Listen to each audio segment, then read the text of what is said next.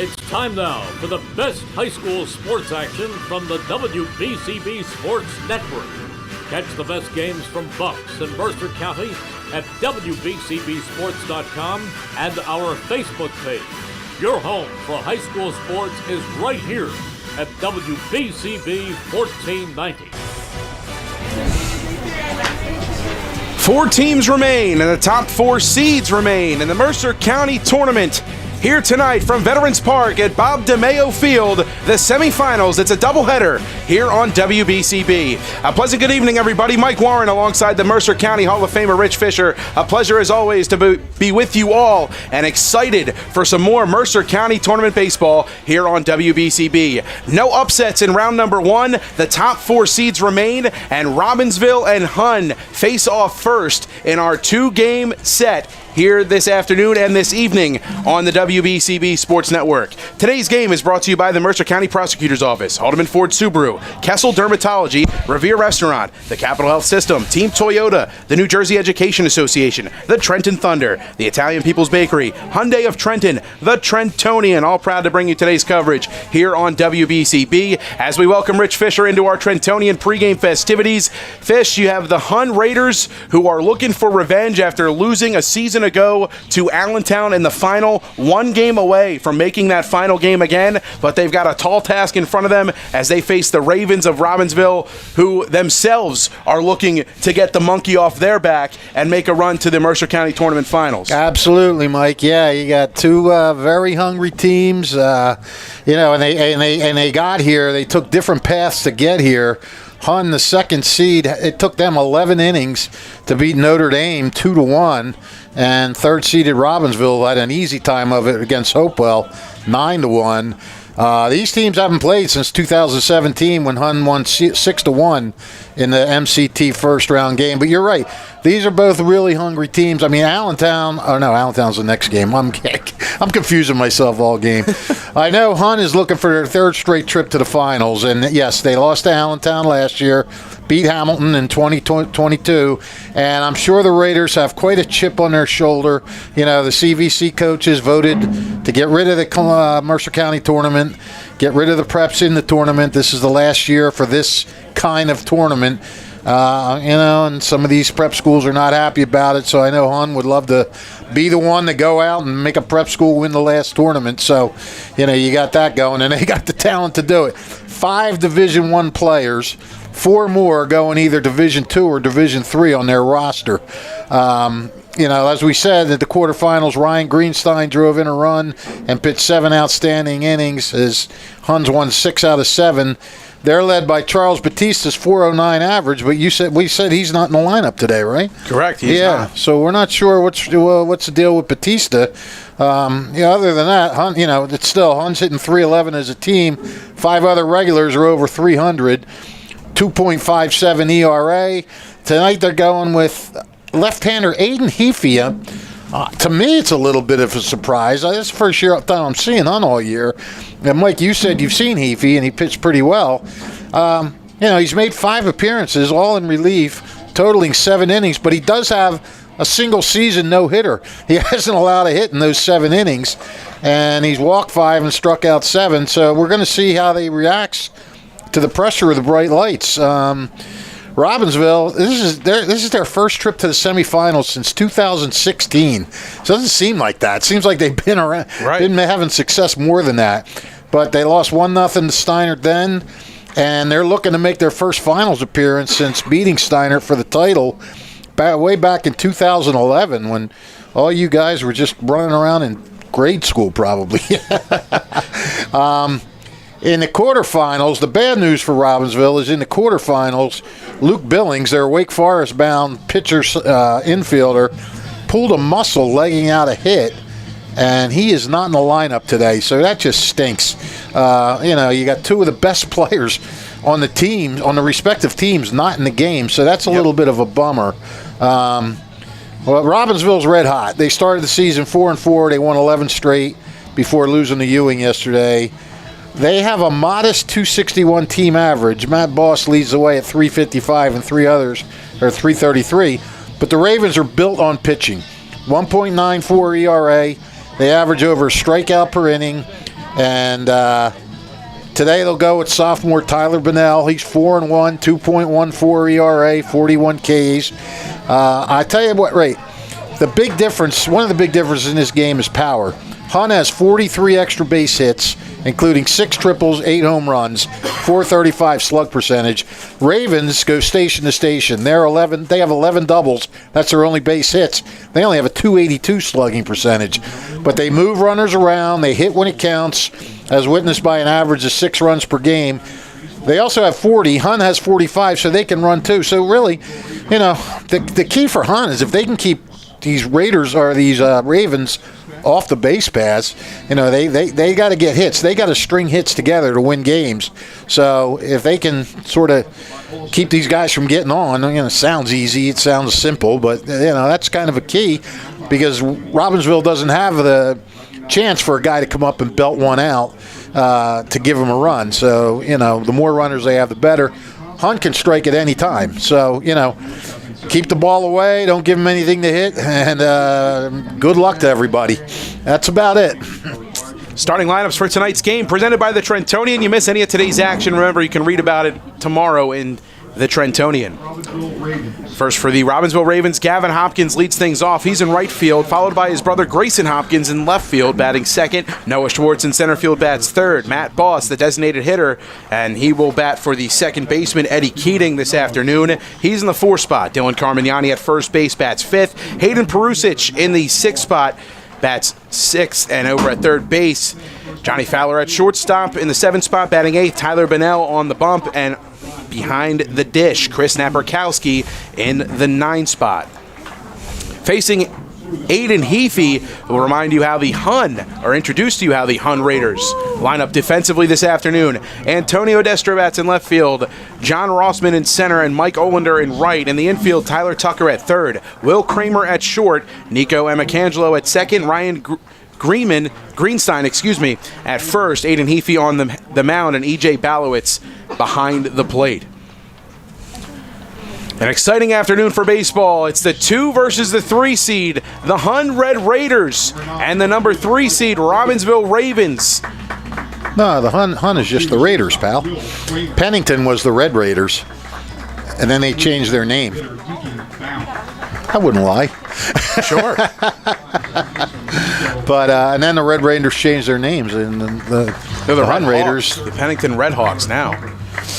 Yes, the Redhawks. But yes, the Hun Raiders, my apologies. They are taking the field now. Moments away from the national anthem. We'll step aside here on WBCB. We'll honor America. First pitch on the other side of this timeout. It's the semifinals, game 1 of 2 here on WBCB. Hi, I'm Merrill Reese. Kessel Dermatology offers great cosmetic dermatology featuring the latest technology in cosmetics, including Morpheus 8 for skin tightening and scars, ultraviolet A and B light treatment for psoriasis, eczema, and itching. Kessel Dermatology now offers Genesis and XLV laser treatments for wrinkles, facial discoloration, scars, and hair removal. Kessel Dermatology provides Botox and fillers. Take care of your skin. Schedule an appointment with Kessel Dermatology.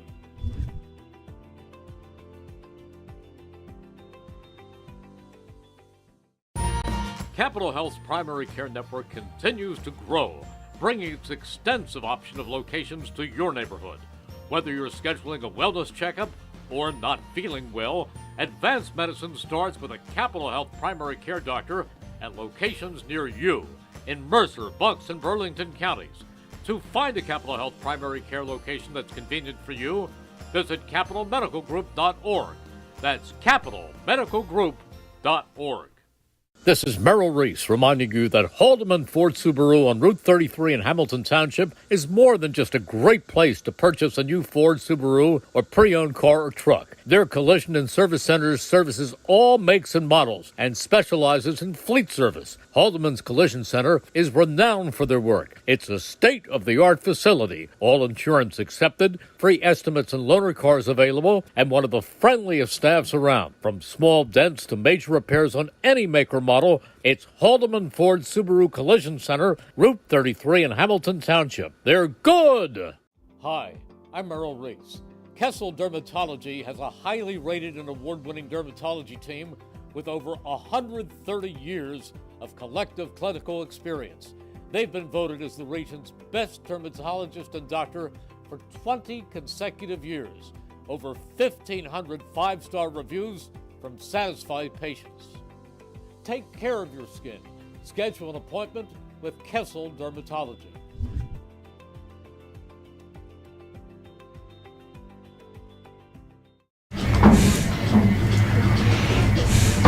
Proud to sponsor today's game is the Italian People's Bakery at 63 Butler Street in Chambersburg. The Italian People's Bakery since 1936. Alongside Rich Fisher, my name is Mike Warren. Great to be with you guys. Aiden Heafy fires away his warm-up pitches and mistakenly called him the righty earlier. He is, in fact, a lefty. My apologies. Is not trying to misinform you folks here tonight. They are the Raiders, and that is the lefty Aiden Heafy. And we will remind you again how the Robbinsville Ravens line up 1 through 9 offensively, as we will see them at the dish to start. Gavin Hopkins in right field to lead things off, followed by Grayson Hopkins in left field and Noah Schwartz in center in the 3 spot. Matt Boss, the designated hitter. Dylan Carmignani at first base. Hayden Perusic bats 6th and plays 3rd. Johnny Fowler in the 7 spot at shortstop. Tyler Bennell, the pitcher, bats 8th, and Chris Naperkowski behind the dish in the 9 spot. Again, Hopkins, Schwartz, Boss, Carmignani, Perusic, Fowler, Bennell, and Naperkowski, the 1 through 9. For the Robbinsville Ravens under head coach Mike Kinsella at 15-5 on the season. Looking for win number 16 and a trip to the Mercer County Tournament Finals at Trenton Thunder Ballpark on Thursday night. The Ravens have won 4 of their last 5. Their one loss was their last game on the 13th, a 6-5 loss to Ewing. They beat Hopewell 9-1 in the first round of the tournament. And as Fish mentioned at the start of the broadcast, a 6-1 loss in their only meeting against Hun back on May 6th in 2017. Hopkins steps in, lets one cross at the knees. Right down the middle, it's 0-1. First pitch at 3:34 on the nose. Tell you, it'd be nice for Robbinsville to maybe get a run or two before Luke Bennell even takes the mound. You know, sophomore MCT semifinals is a lot of pressure.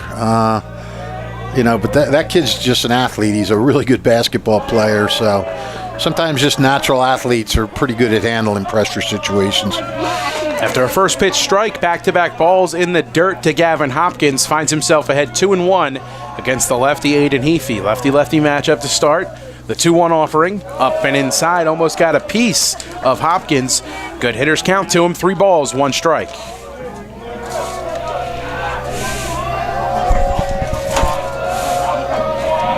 (3-1).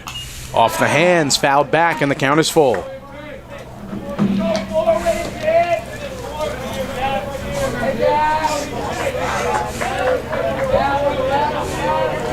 Aiden Heafy trying to battle all the way back.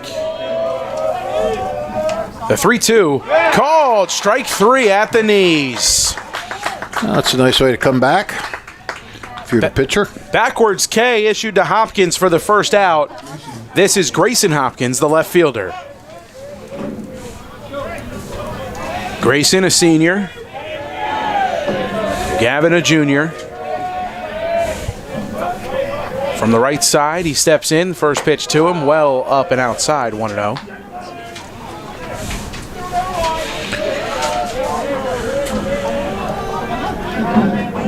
Heafy winds and fires.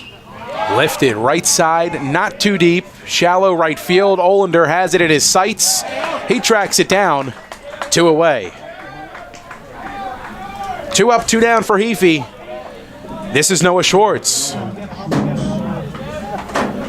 The lefty steps in. He's out in center field as he has been all season long for Mike Kinsella. Maybe Tom Monfiletto seeing how many lefties in this lineup for Robbinsville, and that had something to do with selecting Aiden Heafy to get the start this afternoon. Yeah. He messes up and inside, it's 1-0. That's a good point, yeah. 1-0. Up and inside again towards the hands of Noah Schwartz. 2 balls, no strikes.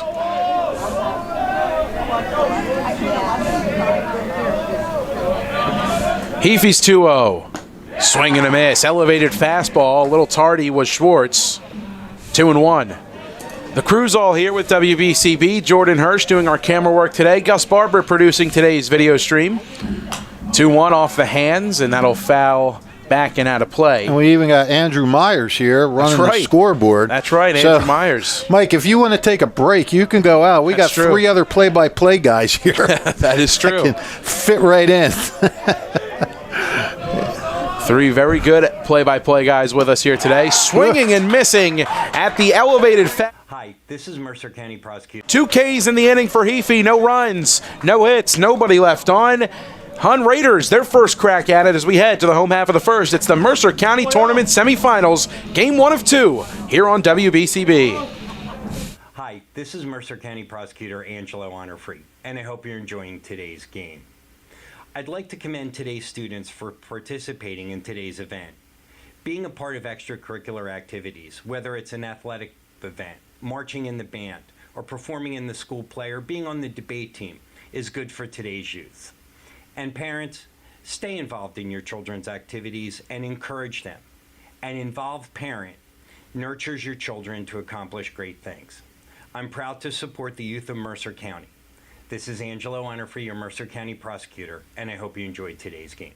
I don't know either. Yeah. Car buying made simple at Hyundai of Trenton, 1655 North Olden Avenue, Ewing Township. Over 100 new Hyundai models from Elantras and Sonatas to SUVs like the Hyundai Santa Fe Tucson and Palisade, including hybrid models. Hyundai of Trenton has the inventory, including a huge selection of pre-owned certified vehicles. Visit them at 1655 North Olden Avenue in Ewing Township. Hyundai of Trenton, the area's fastest growing auto dealership at 1655 North Olden Avenue.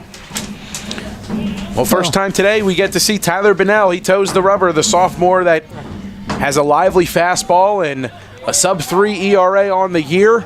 Gets another start. 2.14 earned run average across 32 2/3 innings of work. 16 hits scattered, 16 walks issued, 13 runs, 10 of those earned, 41 strikeouts, 4 hit batters on the season for Bunnell. Well, Trentonian sports editor Kyle Franco just came in.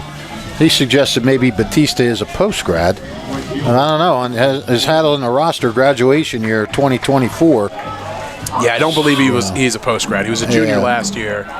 And last year, I believe he was committed to Boston University, but he switched his commitment. Penn State, yeah. Swinging and missing at the first pitch from Bunnell is Michael Olander. He'll lead things off for Hun. Olander, Will Kramer, and Deacon Bound, the first 3 due up for Tom Monfiletto's Hun Raiders. The 0-1 from Bunnell, off the hands, and towards the Ravens dugout. Quickly, no balls and 2 strikes. Olander batting .355, 13 RBIs, 19 runs scored. No slouch, 11 walks as well, so gets on base a lot. 0-2, slider misses inside. Looked more like a curveball. Actually, it's a 1-2 count. Looked like it was going to hit Olander and tried to drop it on the inside corner.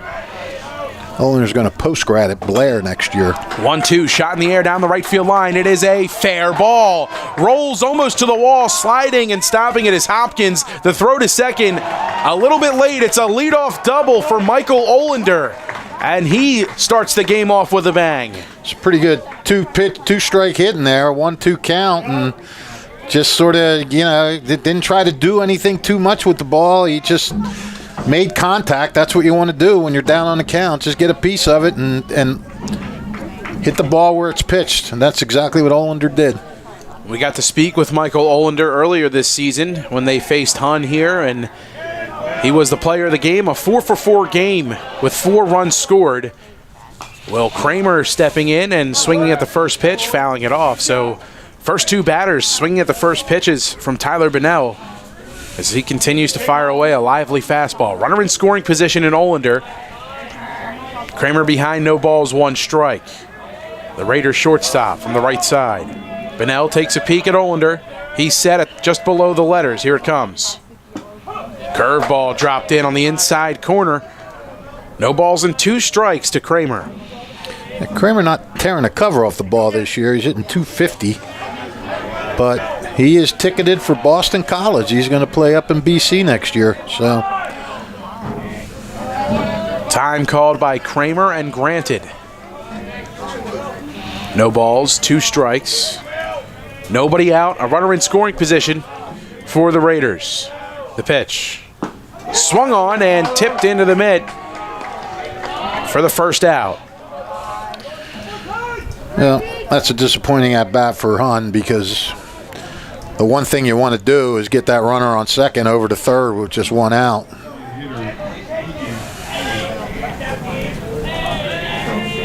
Here's Deacon Bound.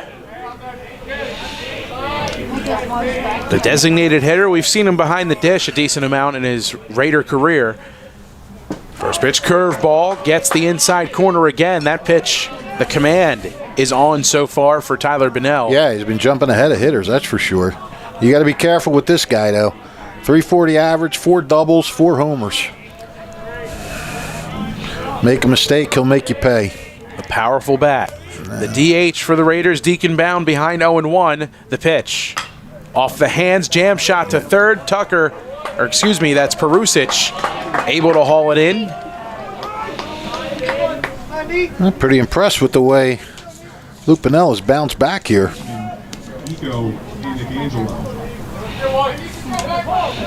Nico Emicangelo makes his way to the plate. The second baseman. 2 down. Runner on second after the leadoff double from Michael Olander. Back-to-back outs recorded. Emicangelo at 379, 14 RBIs. First pitch swinging, fouls it off right side. He's got 22 hits, tied for second on the team. Behind Mr. Batista. First pitch strikes, a key in the inning. And first pitch swinging as well for the Raiders. All 3 batters, or all 4 to this point. Breaking ball taken, and the runner in motion is Olander. He takes third easily. 1 ball, 1 strike now to Emicangelo. Yeah, not even a throw there.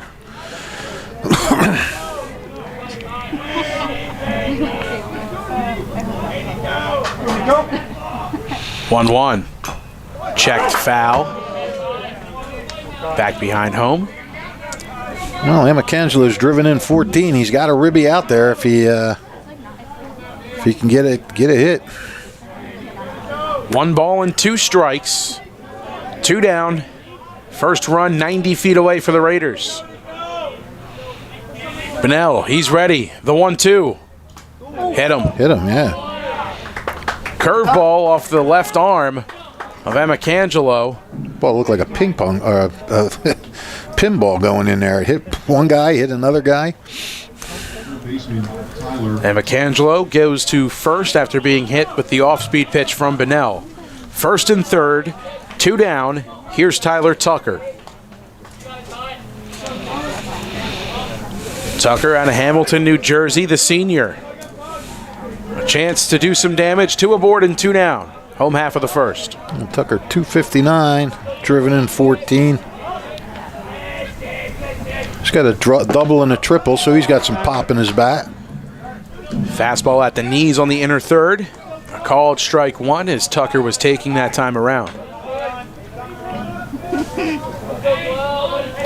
No balls, 1 strike.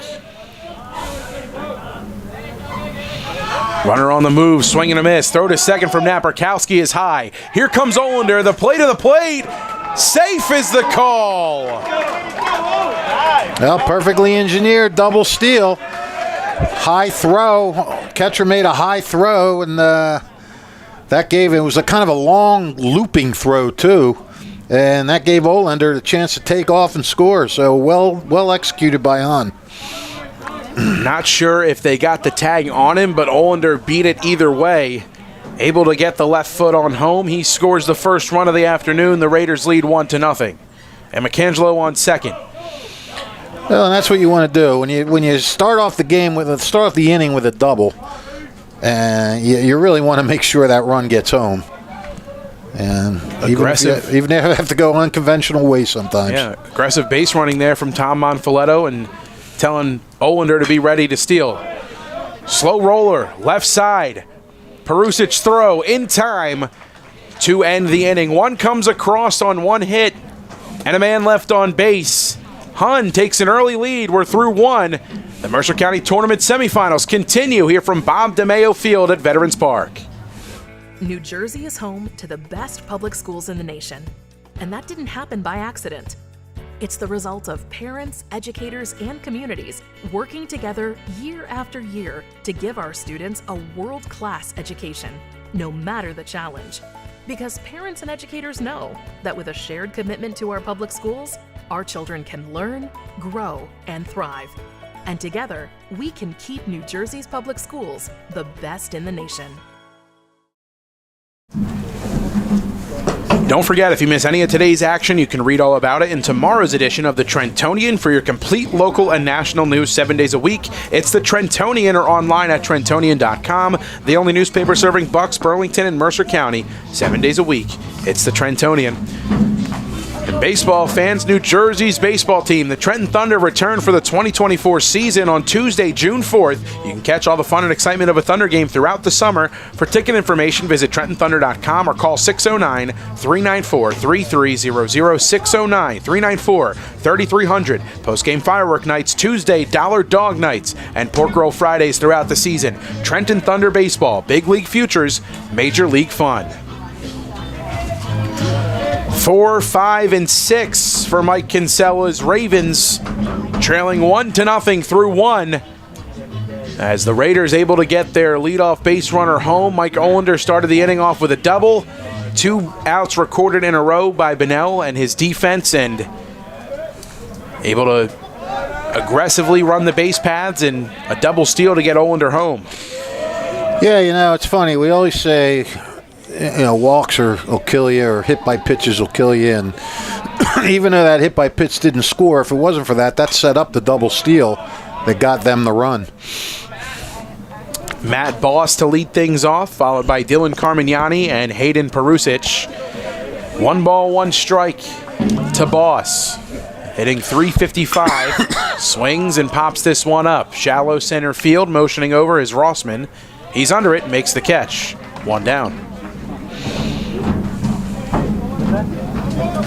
Here's Dylan Carmignani. Excuse me. You're excused. Thank you. What a guy. Carmignani at first base. A valuable arm in relief this season.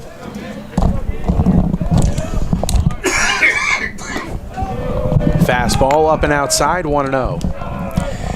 Yeah, Carmignani been scuffling at the plate a little this year, so be a good time for him to break out. Anytime's a good time to break out, I guess. 1-0, missing high again with the heater is Heafy.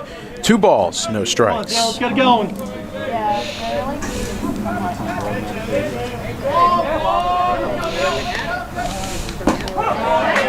Fastball at the knees on the outside edge. 2 balls and 1 strike.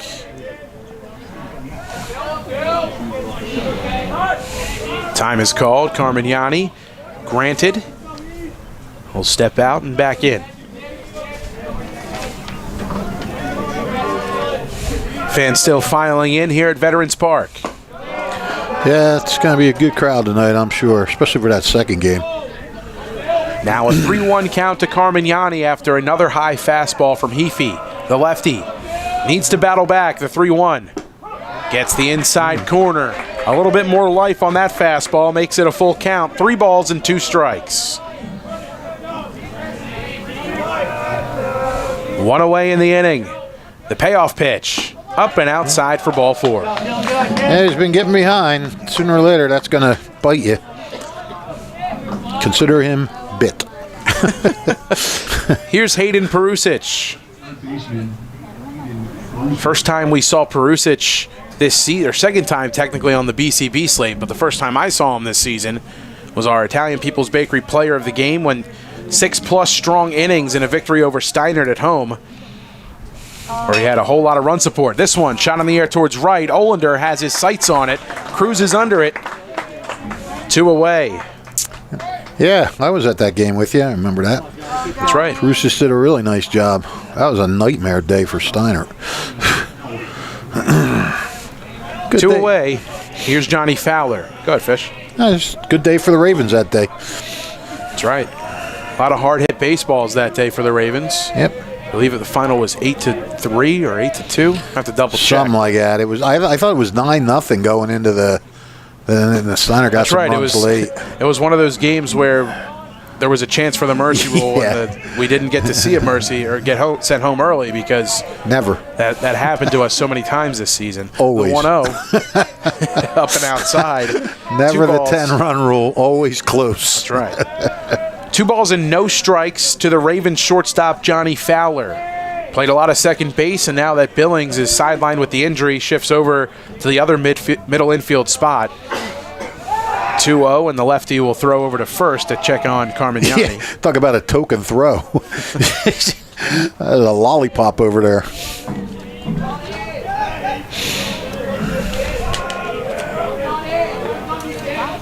"2-0. Fastball that misses high. It's been a consistent miss for Heafy in this inning. High fastballs just above the belt and around the letters. The 3-0. And another high fastball. 4-pitch walk to Johnny Fowler. Second walk of the inning. 2 aboard, 2 down. And here's Tyler Bunnell with a chance to help his own cause. Carmignani on second after he walked. And after the Fowler walk advances another 90 feet. Decent speed on the base paths. Carmignani does run well. This is what Robbinsville has to do. Build a rally like this. Get base runners on. Somehow, some way, get them in.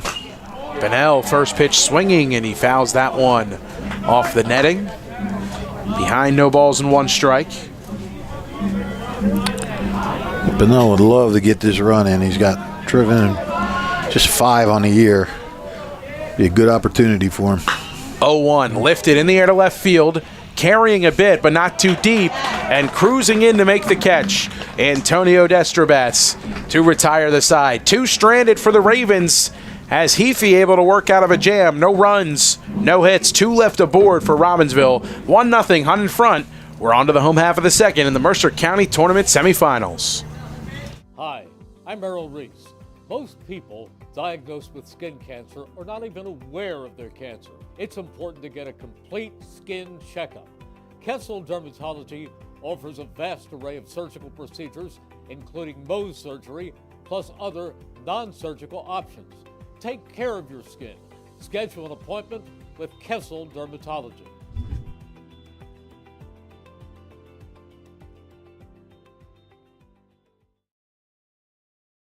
1490 WBCB Levittown and Trenton, and video stream live at WBCBsports.com. Your home for the best local sports in Bucks and Mercer counties.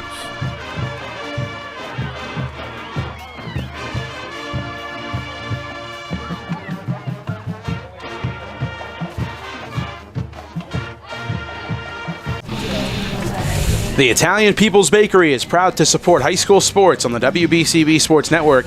Make sure you visit them at their signature location, 63 Butler Street, for the finest rolls, deli meats, and pastries. Drive by to smell the homemade bread made daily, or have them cater your next party or affair. The Italian People's Bakery at 63 Butler Street is the place to go for the best hoagies on Sunday afternoon and the finest dessert trays for your special get-together.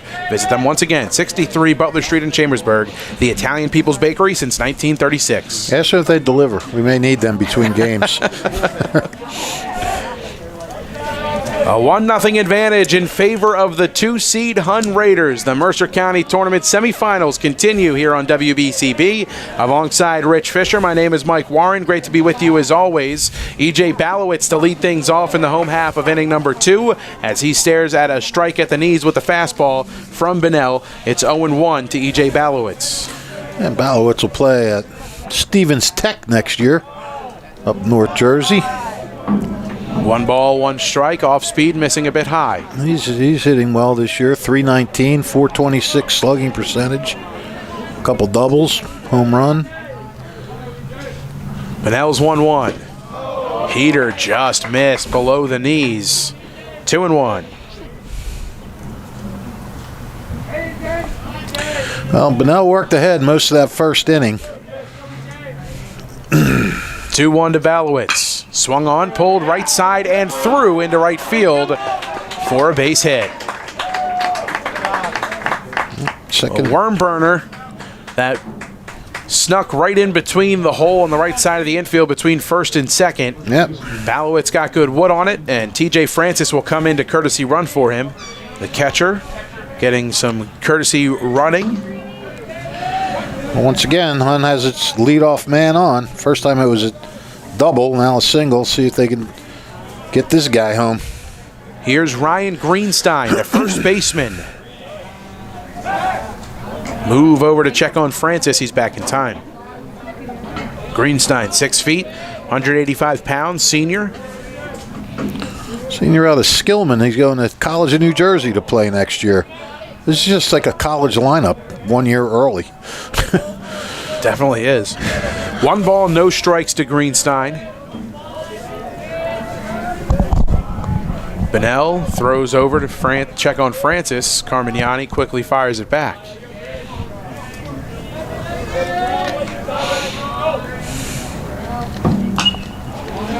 One-0 swung on off the hands, fouled straight back. Counts even at 1. Raiders able to get the leadoff man aboard. A base hit, their second of the afternoon.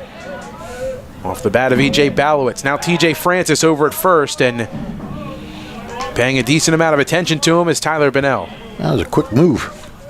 That it was. T.J. Francis does have 9 stolen bases. He's second on the team, so he is worth watching. Oh, wait, yeah, T.J. Francis, yeah. He is on the move. There The he throw to goes. second base is not in time. Well late. Strike called on the pitch as the off-speed dropped in from Bennell. A great pitch to run on for Francis as he was well ahead of the throw from Naperkowski behind the plate. A 1-2 count now to Ryan Greenstein, a runner in scoring position with nobody out. Middle infield shaded towards the middle. You got to love a courtesy runner who has more stolen bases than at-bats. In the dirt, that gets away from Naperkowski. Francis will take third, and a strong turn around the bag. He'll stay put there. 2 balls, 2 strikes to Greenstein as fastball just spiked in the dirt from Bennell and bounced off the padding of Naperkowski all the way up the first base line towards Carmignani. Francis has 9 at-bats this year, and he now has 10 stolen bases. 9 plate appearances, actually. 2-2, called strike 3 on the outside corner. The fastball freezes Greenstein. There's 1 away. Big pitch. But I'll tell you, Bennell stays very poised out there. Even in that first inning when he gave up those runs, he really, they didn't hit him in, they double-stealed him in. Here's John Rossman, 1 away and 1 aboard. Looks at that one in the dirt. Nice stop by Naperkowski, 1-0. Rossman out in center field, and typically that's where you see Charlie Batista if he's not pitching for the Raiders in center field, but no Charlie Batista in the lineup. Rossman filling in for him, and has been for the last handful of games, as now it's 2 balls and no strikes. Francis with great speed on third. Stole second and advanced on a wild pitch. 2-0. Up and inside, 3 balls, no strikes. To the center fielder, John Rossman, batting in the 8th spot. Go, Ty, you good? Bennell's 3-0 on the way. Up and inside for ball 4. 4-pitch walk issued to Rossman. Runners at the corners, good speed on the base paths. That'll bring up Antonio Destrobets. Well, this has to be eerily familiar for Bennell, because in this first inning he had a runner on third, and then he put runners at the corners when he hit a batter, and now he's got a runner on third, and he walked a batter to put runners at the corners. So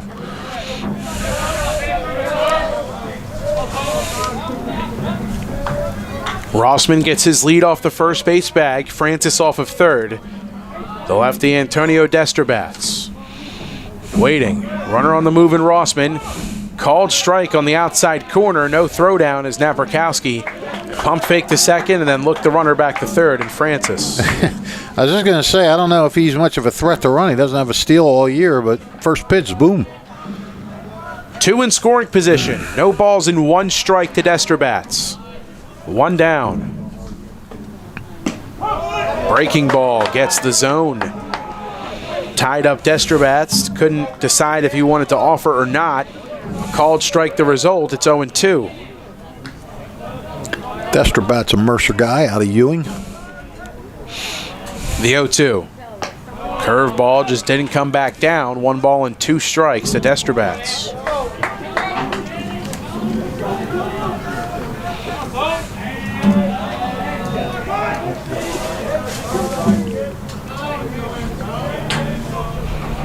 Bennell set just above the belt. The 1-2 pitch. Swung on and tipped into the mid. Second punch out of the inning. Third on the night for Bennell. The lineup flips over. Here's Michael Olander. He's 1 for 1 with a double and a run scored. Boy, this guy really does. He gets himself in a little trouble, but he certainly does keep his moxie out there. Well, turns out that they're going to courtesy walk Michael Olander. Go ahead, Fish. Charles Batista is a 5th-year senior, so they don't. I guess it's one of those things where he transferred over. So he's like he has the same amount of experience as a post grad. Gotcha. So that is why Batista is not in this tournament. Fastball called strike on the inside corner. It's 0-1. Yeah, you got to come in now. There's no place to put him. A man on every base after the intentional walk to Olander. The 0-1 to Kramer. Fouled straight back off the hands. No balls and 2 strikes to the Raiders shortstop. Bennell 1 pitch away from working out of a jam and keeping it at a 1-run game. Kramer behind. No balls and 2 strikes. Bases loaded. 2 down. Home half of the 2nd inning. Bennell from the windup has his sign. The 0-2. Curveball swung on and missed. Wow. Bennell leaves him loaded as he strikes out 3 in the inning. Give him 4 on the afternoon. No runs on a hit, and all men left aboard. 3 to be exact. 1-0 the score. Hun remains in front. Hi, this is Mercer County Prosecutor Angelo Honorfree, and I hope you're enjoying today's game. I'd like to commend today's students for participating in today's event. Being a part of extracurricular activities, whether it's an athletic event, marching in the band, or performing in the school play, or being on the debate team, is good for today's youth. And parents, stay involved in your children's activities and encourage them. An involved parent nurtures your children to accomplish great things. I'm proud to support the youth of Mercer County. This is Angelo Honorfree, your Mercer County Prosecutor, and I hope you enjoyed today's game. Trenton Thunder Baseball returns for the 2024 season on Tuesday, June 4th. You can catch all the fun and excitement of a Thunder game throughout the summer. For ticket information, visit TrentonThunder.com. That's TrentonThunder.com, or call 609-394-3300. Tuesday Dollar Dog Nights, Pork Roll Fridays, post-game firework nights throughout the season. Trenton Thunder Baseball, Big League Futures, Major League Fun.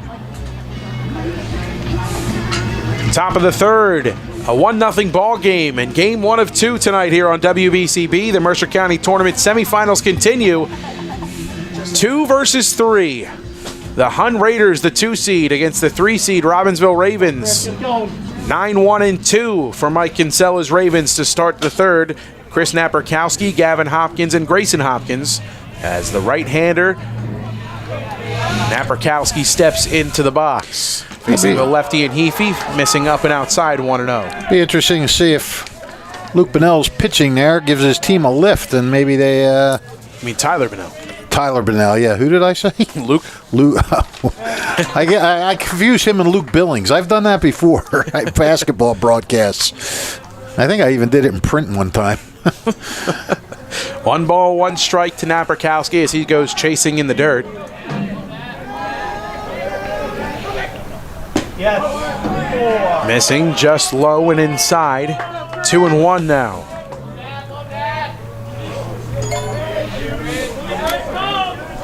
Pitch.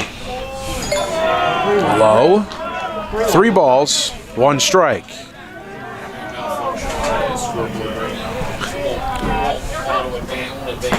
Oh, no. Outside, ball 4. Scoreboard malfunctioning here. We are stuck in the first inning. And a courtesy issued here for the catcher, and Chris Naperkowski coming on in to run for him, Nick Wysakowski.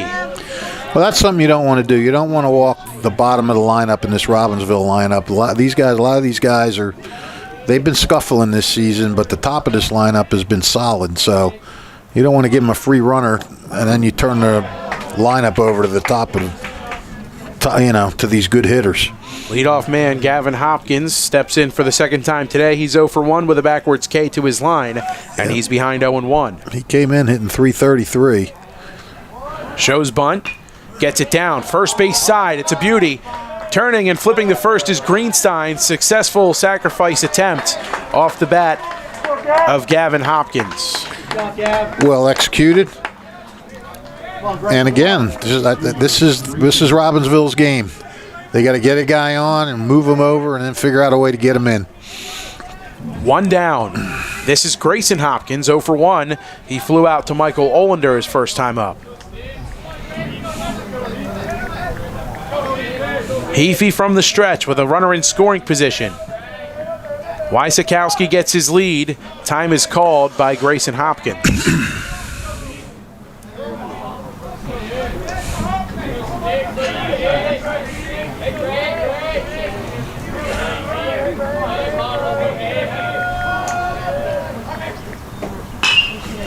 Liner down the left field line. Being waved around third, Wysakowski, he'll score. We're knotted up at 1. An RBI single off the bat of Grayson Hopkins. Well, there you go. That's exactly what you want. You want to bunt that runner over, have a single bring him in, and that's exactly what they did. He got it to stay just within that line, and we're going to have a little chat out there with Heafy now. That is the first hit of the season given up by Aiden Heafy as it comes off the bat of Grayson Hopkins. A scorcher, a low liner down the left field line, and easy scoring for the courtesy runner Nick Wysakowski as Mike Kinsella had the propeller arm on at third base, just waving him home. Knotted up at 1 apiece. Noah Schwartz steps to the plate with 1 down and a man on first. Yeah, first hit, first run given up. He had pitched a 9-inning season-long no-hitter. Noah Schwartz 0 for 1, struck out swinging his first time up in the first. You walk that leadoff batter, and not surprising if bad things happen. Or good things, depending on what dugout you're sitting in. They got him. Kickoff move, and they got him leaning. The throw off line, and taking second base is Hopkins. Oh, kind of two bad throws there, really, because the throw to first was a little bit it wasn't quick. It was just kind of lobbed almost, and then he hurried to throw to second, and that was wide, and Hopkins was going on the first move, the first flinch from Heafy. He runs really well. Yep. And an offline throw gets him second base. Another runner in scoring position. Looper out to center field. Coming in, Rossman. He makes the catch. Going back to second is Hopkins. There's 2 down. That's the 4th steal of the year for Grayson Hopkins. His brother, Gavin, actually leads the team with 11. This is Matt Boss, designated hitter. Entered tonight with a .355 average, 4 doubles on the season, and 22 hits on the year. 0 for 1, flew out to Rossman in center field his first time up. Moved to second base off the glove of Amicangelo, but doesn't scoot far away enough into the outfield for Hopkins to take third.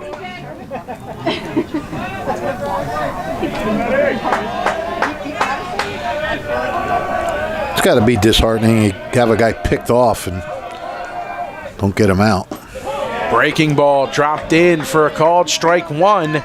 No balls and 1 strike to the Ravens designated hitter, Matt Boss. Set below the belt is Heafy. Takes a peek at second, the 0-1. Went back to the well with the breaking ball, and a nice stop by Balowitz behind the dish keeps it close enough. Hopkins stays put. 1 ball, 1 strike.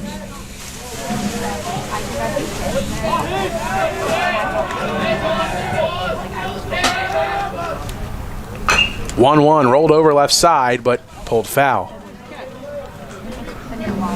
It's a 1-2 count to Matt Boss.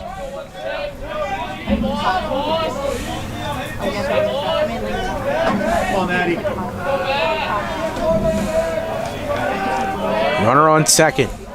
2 away. The 1-2 pitch. Missing high.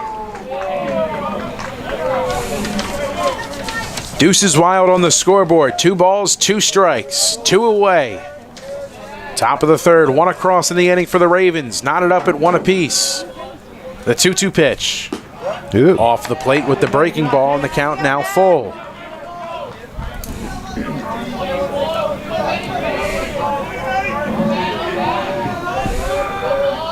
Heafy, the 3-2 pitch.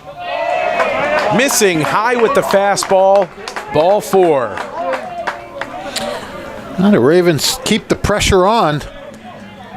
They keep making Heafy have to throw pressure pitches. That can get to you after a while. Bunnell had to throw a lot of pressure pitches too. 4th walk issued by Aiden Heafy. 2 aboard, 2 down. Here's Dylan Carmignani, who walked his first time up. Time called by Carmignani just before Heafy could get into his motion.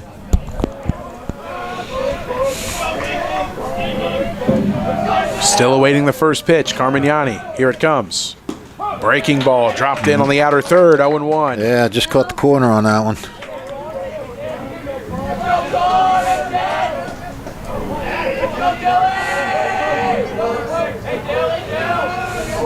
The 0-1. High fastball.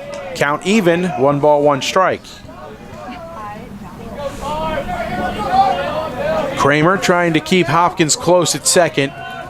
Shaded towards the middle. The 1-1. Up and outside. 2 balls, 1 strike. Doesn't look like any activity down in the Hun bullpen. No, not yet. 2 away in the inning, 2 aboard, 1 across so far. A 1-1 ball game. Tyler Tucker makes his way to the mound to have some brief words with Aiden Heafy. Come on, Dale, get into 1. Now it looks like somebody going to jog down there. Gabriel Jack now heading down there. Yep. 2-1. Up and inside. 3 balls, 1 strike. Ooh. Good hitters count now. Hayden Perusic in the on-deck circle. A 3-1 count to the Ravens first baseman. If you see one you like, let it rip. If you don't like it, let it go. Swing and a miss. Fastball, he liked it. Yeah. Just couldn't time it up. It didn't like him. It's another full count. 3 balls, 2 strikes. 2 away, 2 aboard. Runners likely in motion here for Mike Kinsella and the Ravens. The 3-2. Ball 4. Second walk today from Carmignani. 5th walk issued by Heafy. Bases are now loaded. Here is Hayden Perusic. 0 for 1. He flew out to Olander his first time up. Well, we just had bases loaded, 2 outs at the bottom of the second. We have it again here in the top of the third. Tyler Bunnell escaped, and Perusic, quick swing and a miss. So if he gets ahead on the count, that's mandatory at this point. Swinging a foul back from Perusic makes it 0-1. 2 down, bases still loaded. Robbinsville dugout's having a good time over there. It's like they're at a football game. The 0-1. Breaking ball that just didn't break. Yeah, he's having a little trouble locating that now. It's high, outside, it's kind of everywhere. 1-1, fastball at the knees. Rule the ball, 2-1. Now from the windup, Heafy has his sign from Balowitz. The 2-1 gets the inside corner. Good pitch. 2 balls and 2 strikes to Hayden Perusic. Bases loaded. 2 away. That's the kind of pitch you got to let go, because even if you swing, you're not going to do anything with it. 2-2 skip. Did it get him? Nah. I don't believe it did. He tried to put it in the same spot. Too far inside. Well, here we go. 3-2. Here comes a merry-go-round. Bases loaded. Full count. 2 away. Top of the third and 1 across for the Ravens. The pitch. Rolled over left side. Fielded by Tucker. The throw across the diamond. In time.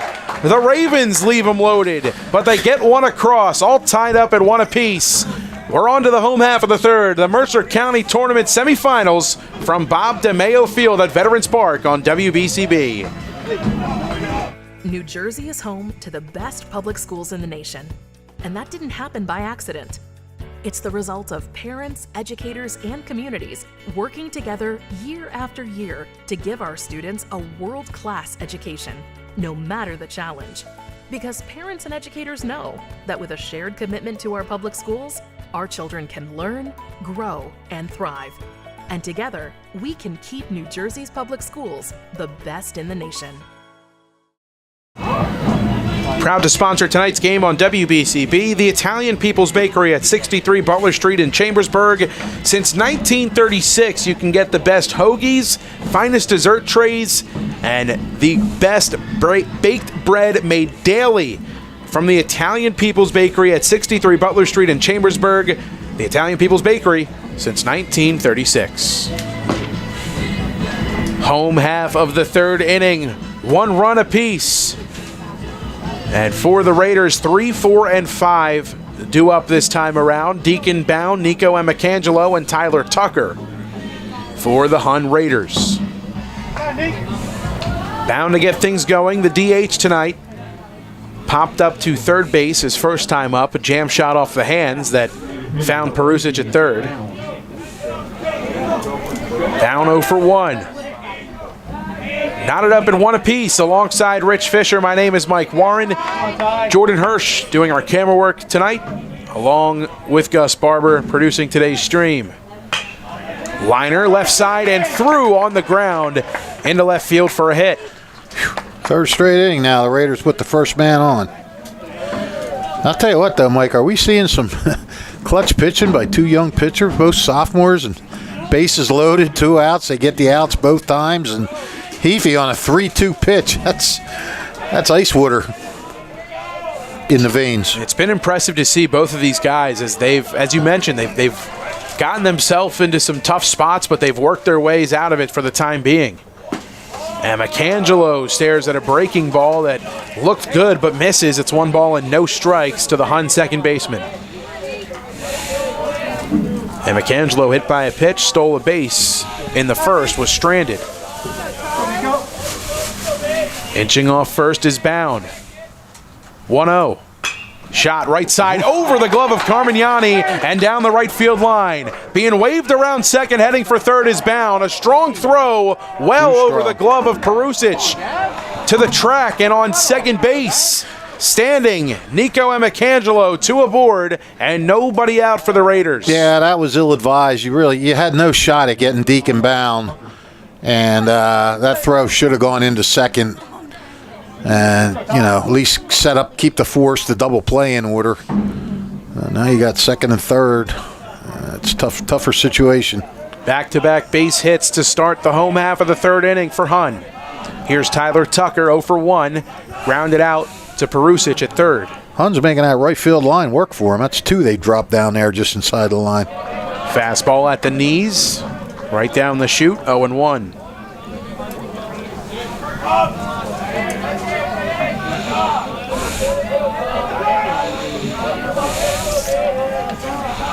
Tyler Tucker, the Hamilton native.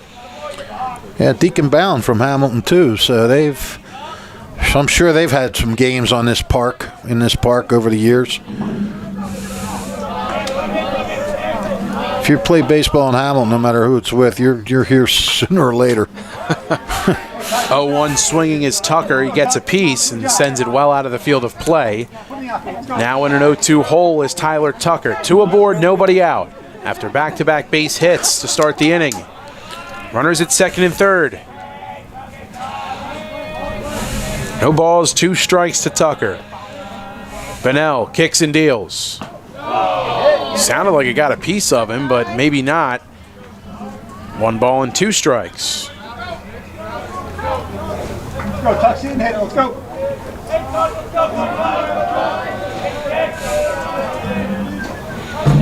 Runners get their leads. Bunnell's 1-2. Off the hands and fouled away. All right, Ty, come on, bud. The battle continues between Bunnell and Tucker. Count halted at 1-2 for the time being.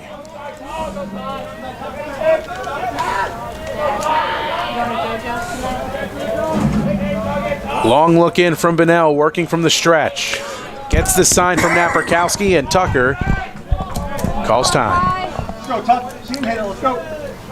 Good job. Looks like the pitch count seems to be moving along, but they Popped him up. Shallow left field. Coming in is Grayson Hopkins. He'll make the catch. Bluffing, tagging up from third was Deacon Bound. There's out number 1. it's a big out. Second and third, nobody out. You get pop out to keep the runners right where they're at. Second time today, we see E.J. Balowitz at the dish. He's 1 for 1 with a single.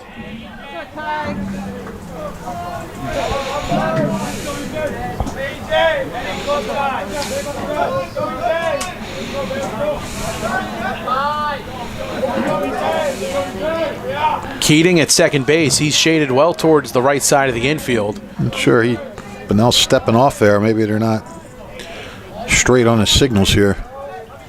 First pitch from Bunnell. Driven in the air to right field and carrying. Going back, looking up, it is caught! Diving catch in right field by Gavin Hopkins.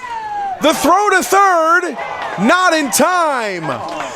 Wow. What a catch in right field from Gavin Hopkins. Yeah, he just kept going. It looked like that ball had enough to get out of here. Gavin Hopkins just kept going back, didn't give up on it, and almost kind of made a basket catch right against the fence there. And, oh, man, you talk about, you'll take that as an RBI out any day if you're Robbinsville, because that looked like trouble from right off the bat. Channeling his inner Willie Mays out there in right field. That was an over-the-shoulder basket catch. Jam shot towards right field. Keating makes the catch. That'll do it for the home half of the third. 1 run does come across, but that's it. Damage reduced by the defense of the Ravens. It's a 2-1 ball game through 3 here from Bob DeMeo Field. Hi, I'm Merrill Reese.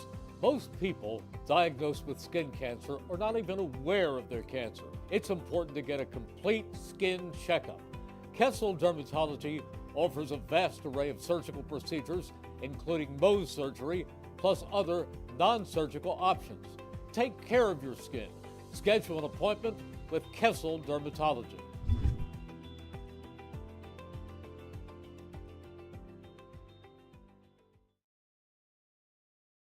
1490 WBCB Levittown and Trenton, and video stream live at WBCBsports.com. Your home for the best local sports in Bucks and Mercer counties.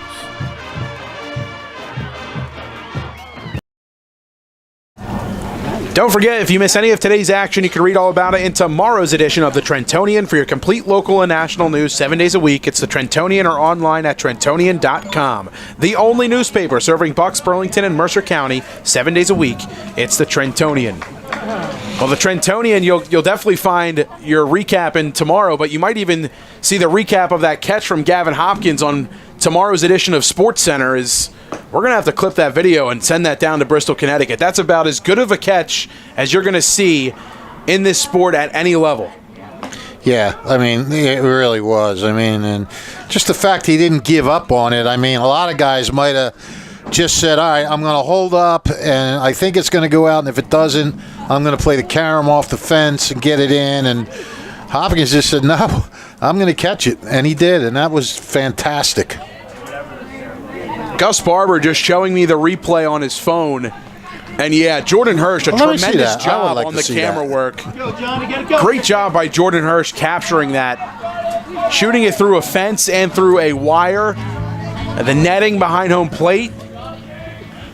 And now I'm watching it And that video is definitely good enough to send down to some of our connections at Bristol, Connecticut, or send up, I should say. Oh yeah, he was falling down and then made the catch. It wasn't really a basket catch as much as it was a fall down and stick your glove out. Made it look like it, but it was just a tremendous catch. Gabriel Jack now, the new pitcher into the game for the Raiders, the lefty. And then, you know what? That was such a great catch, but, you know, let's not forget the catch that Keating made. I mean, to go out, he ran out there in left field or right field. That ball looked like it was going to dink in, and he grabbed it. A 1-2 count to Fowler, the pitch. Fastball just missing low. Count even, 2 balls and 2 strikes. 7-8-9 for the Ravens. Johnny Fowler, Tyler Bennell, and Chris Naperkowski. Swinging and missing at the off-speed on the lower inside corner is Fowler. It's the first strikeout for Jack now, and the first out in the top of the 4th. Final score in from Citi Field, Phillies 4, Mets nothing. Did Suarez pitch today? That I am not sure. Nola, as I'm being told. Oh, Nola, okay. Gus Barber. Don't forget, too, WBCB on the radio dial, your home for Phillies baseball all summer long. 1490 AM, 107.3 FM as well. Here's Tyler Bennell behind no balls, 1 strike against Jack now. The 0-1 pitch, missing up and outside. I'll tell you what, we got a good one cooking here, that's for sure. Some clutch pitching, some good defense, some timely hitting. Just off the outside part of the plate, 2 balls, 1 strike to Bennell. The pitch, rolled over, left side. Tucker has it on the high hop, throws across the diamond, over to Greenstein. 2 down. Well, they could use a clean inning, you know? So we haven't had many of them. 2 up, 2 down. Here's Chris Naperkowski, the catcher. He'll head down to third to talk some things over with Mike Kinsella. What did Fowler do? I didn't write it down. Fowler struck out swinging. Thank you. You got it, buddy. Jack now into the game, 6 feet 1 inches, 195 pounds. 2024 class from Princeton, New Jersey. Comes in after 3 innings of work from Aiden Heafy and just allows 1 run during those 3 innings, allowed 5 walks. But yeah, I mean, it a 1-1 game. Yeah, he kept it a 1-1 game. You know, he flirted with some danger several times, but Jack now working inside out to Naperkowski, gets ahead with the breaking ball 0-1, and Naperkowski is granted time. Now back into the box. Jack now gets the sign from Balowitz. He's ready. The 0-1. Breaking ball just crossed a little high. A 1-1 count. Jack now, if you're wondering, says here he's got an 11.12 ERA. Let's see. 9 earned runs in 5 2/3 innings pitched. Struggling to locate the fastball is Jack now. 3 balls, 1 strike to the 9-hole hitter Naperkowski. Here it comes. High, ball 4. 2-out walk issued by Jack now. Naperkowski is aboard, and Nick Wysakowski takes over on the base paths. The Kowski boys. This is the call him if you want to. Yeah, Only if you want to call him that. We'll call him. I would love to call him that. Nothing would give me greater pleasure than to hear you say that. Kowski boys. Lineup turns over. Ball in the dirt and taken by Hopkins. 1 ball, no strikes. That's the second time that they've walked Chris Naperkowski at the 9th hole, and it came back to hurt him in that 3rd inning. He got him around the score. Pitch. Called strike. Hopkins thought about putting a bunt down, but pulled back. A strike is the call at the knees. 1-1 the count to Gavin Hopkins after an insane catch in right field. The pitch. Chopper, left side of the infield. Rolling, touched in fair ground. Jack Now's throw, not in time. I don't know if that would have rolled foul or not. It didn't look like it was going to, but you just never know with those type of balls. Right. No, I think it's easy for me to say sitting here. I think I might have just would have let it just keep rolling because you didn't really have a shot at getting them at that point. And then if I saw the runner starting to head to third, I'd pick it up. But that's a break for Robbinsville. Let's see if they can capitalize. Already with an RBI single on the night, here's Grayson Hopkins. Before he can get his at-bat underway, time is granted. Grayson Hopkins, a single that brought home a run. That was Nick Wyzakowski, who represented Chris Naprikowski. Back in the third to even the game at 1. The Raiders respond in the next inning with one of their own, or in their half of the inning, I should say, and a 2-1 game and a 0-1 count to Grayson Hopkins. Breaking ball didn't come back down. Come on, Grace. We got one.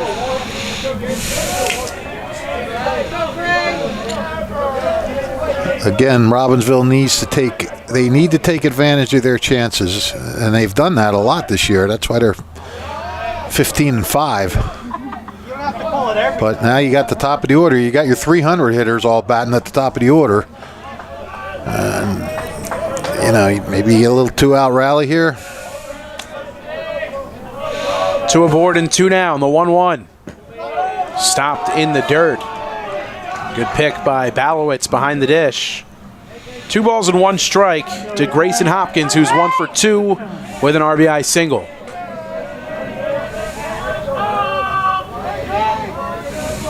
Jack Now's pitch. Chopped foul back behind home plate. 2-2. 2 aboard, 2 down, 2 balls and 2 strikes. And a 2-1 game in favor of Hun. The 2-2. Shot towards the middle. A high bouncer. Kramer charges. Throws on the run over to Greenstein and plenty of time to end the inning. The Ravens strand a pair. The score remains 2-1. No runs on a hit. 2 men left on base. We'll head to the home half here in inning number 4.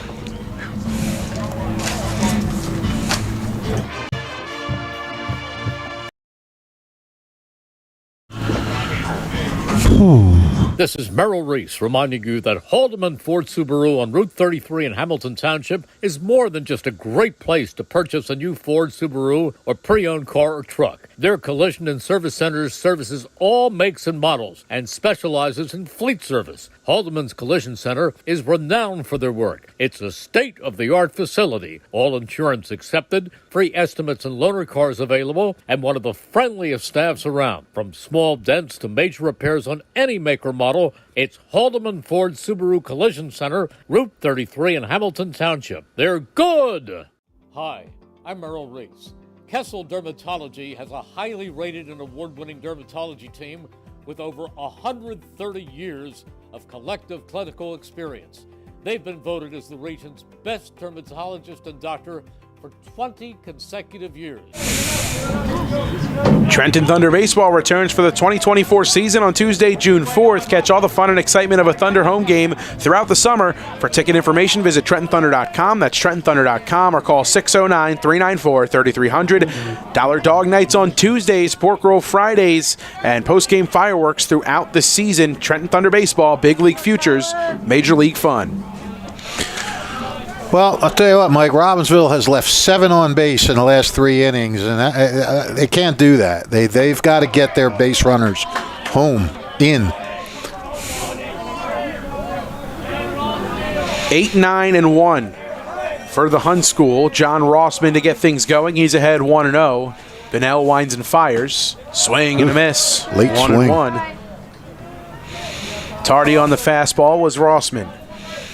Hun's actually left 5 on base, so both of these, all the pitchers are doing a pretty good job of getting out of trouble. Elevated fastball that misses the zone. 2 balls, 1 strike to Rossman. Walked and stole a base, but was stranded in the second. 2-1 gets the outside edge. 2-2. One more, buddy. Good go, Tyler.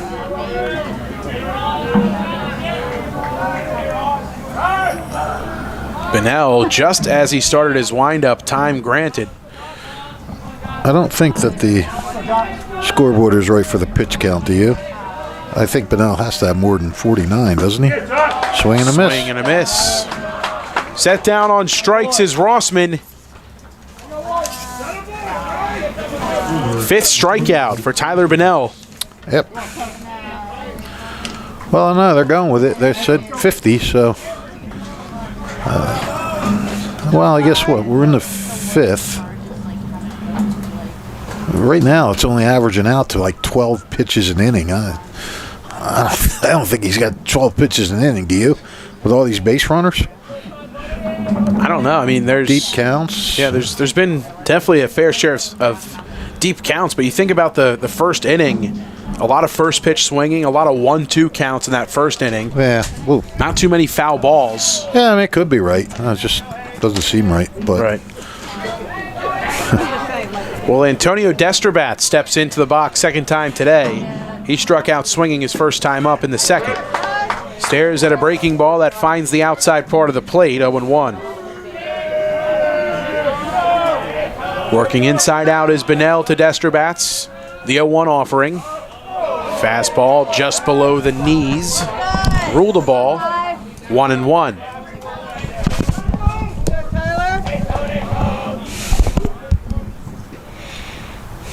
1-1 went with the back foot breaking ball. Didn't get the zone. 2-1. You got 2-1. Chopped well foul towards the Ravens dugout. 2-2.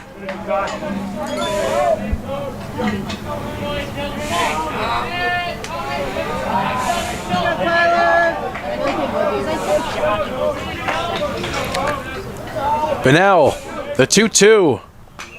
Fouled back again by Desterbatz. Just looking out there in the outfield, the flag and the trees, there is not one bit of wind. Everything totally still out there. And as I say that, the flag starts to ruffle. There's 2-2 lined in the left field and in for a knock. I'll tell you what, these Raiders do a nice job of going the other way with balls. Seen a couple of hits that way. It just seems like, as well, their overall philosophy for everybody is not to do too much. They kind of have that next man up mentality, pick me up, and yeah, when they get down to 2 strikes, they don't seem all too frantic at the plate. Nope. Rossman set down on strikes. Desterbatz, a 1-out single into left. This is Michael Olander. A double and a run scored, was intentionally walked his last time up. That was in the second. Runner on the move, hit and run was on as Olander gets a piece of that one and sends it out of the field of play, 0-1.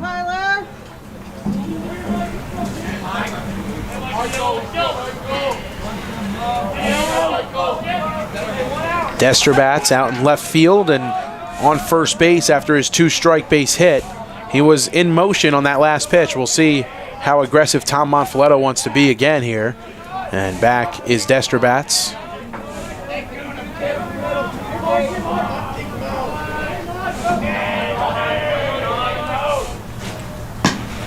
Breaking ball evens the count. 1 ball, 1 strike as it misses well outside.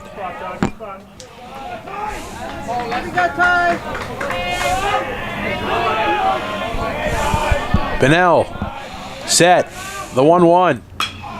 Driven right side, tailing into foul ground and down. If Hopkins had dove and caught that, I would have just handed him a gold glove and said, here, whether you play in the majors or high school, you're a gold glover. A 1-2 count to Michael Olander. And a move over to check on Desterbatz, and he just got back. That was close. That was a quick move.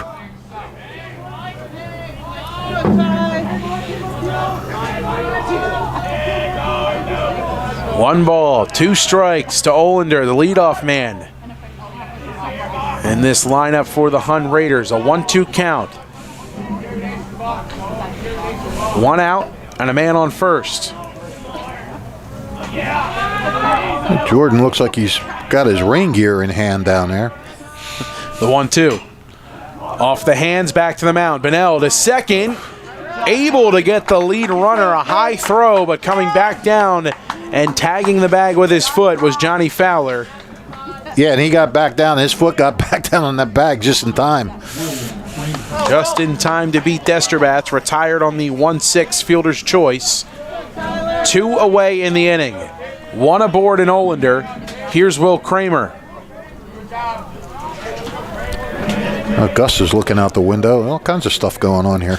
It's pretty good play-by-play by you, Fish.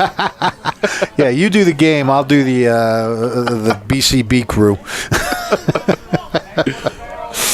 Will Kramer, 1 aboard and 2 down.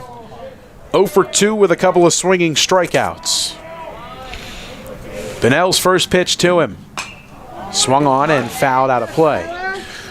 Gus has sat back down, and Jordan has put his rain gear down, so apparently everything's as it should be. Communication at an all-time high today with our crew. 0-1 and a pickoff move over to first. We raise our level of play here in county tournament play. Time to crank it up a notch. Runner on the Big move. jump. 0-1 misses well outside. Throw to second base. Not in time. Beating the tag and the throw. At second, that was Mike Olander.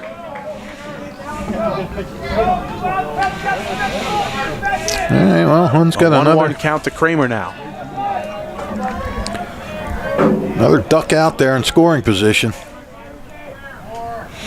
Olander leading off second. Fowler trying to keep him close, and time called. That is always Again. so dangerous for a pitcher. When time is called as he's in his windup, I mean, It's been a theme here tonight. It's Yeah. been granted every time it's been asked for. and they always say the best thing is for the pitcher to just follow through and just throw like normal.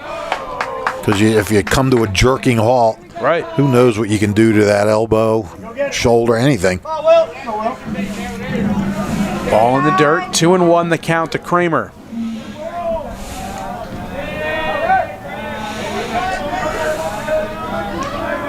The pitch. Popped up off the hand. Shallow center. Schwartz. He's got it. The Raiders leave a runner. They still lead 2-1. We're through 4.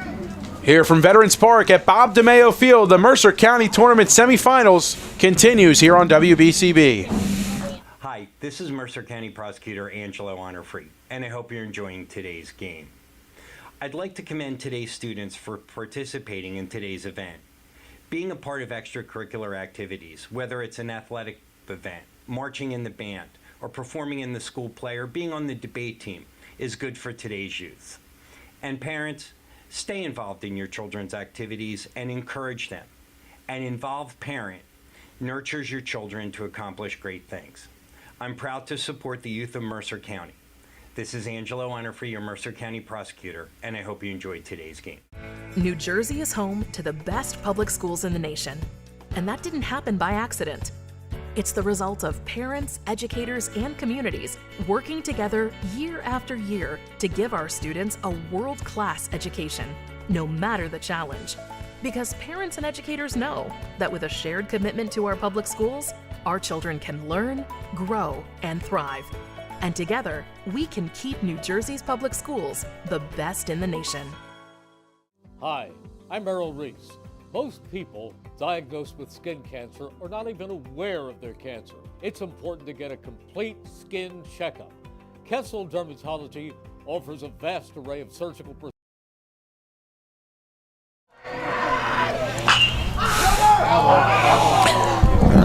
Noah Schwartz steps into the box and first pitch swings and fouls that one away. No balls and 1 strike. Gabriel Jack now still in the game in relief. It'll be 3, 4, and 5 for the Ravens, trailing 2-1. Top of the 5th. Slow roller right side of the infield. Charging, Emma Cangelo's got it. Flips it over to first. 1 down.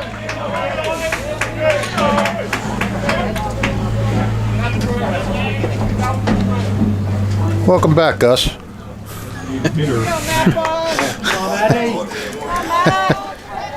That'll bring up Matt Boss with one away. Top of the fifth. 0 for 1 with a flyout. He did walk. He was stranded. Breaking ball from Jack now. Gets the outside part of the plate. It's 0-1.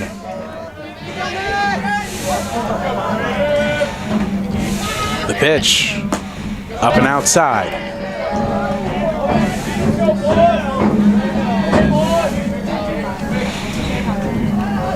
The 1-1. Off speed, working for Jack now, makes it 1 ball and 2 strikes. Boss calls time, steps out. Behind 1-2, here it comes. Shot on the ground, right side. And McAngelo on a high hop over to first, 2 away. Yeah, chance for this to be an easy inning, which we have not seen a lot of from the pitchers today. Third time at the plate for Dylan Carmignani. A couple of walks worked from him this afternoon. The Ravens first baseman. The only clean inning of the game we've had was the top of the first. And ever since then, there's been base runners and base runners. Fastball skipped in and stopped by Balowitz. 1 ball, no strikes.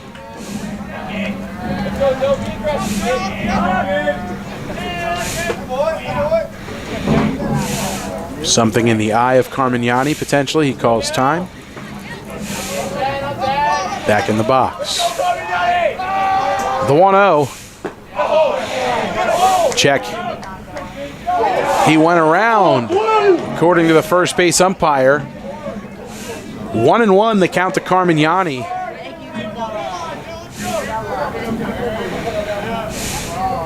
The pitch. Low and outside. 2-1.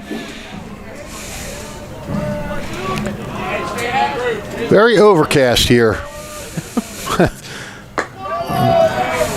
3 balls, 1 strike to Dylan Carmignani.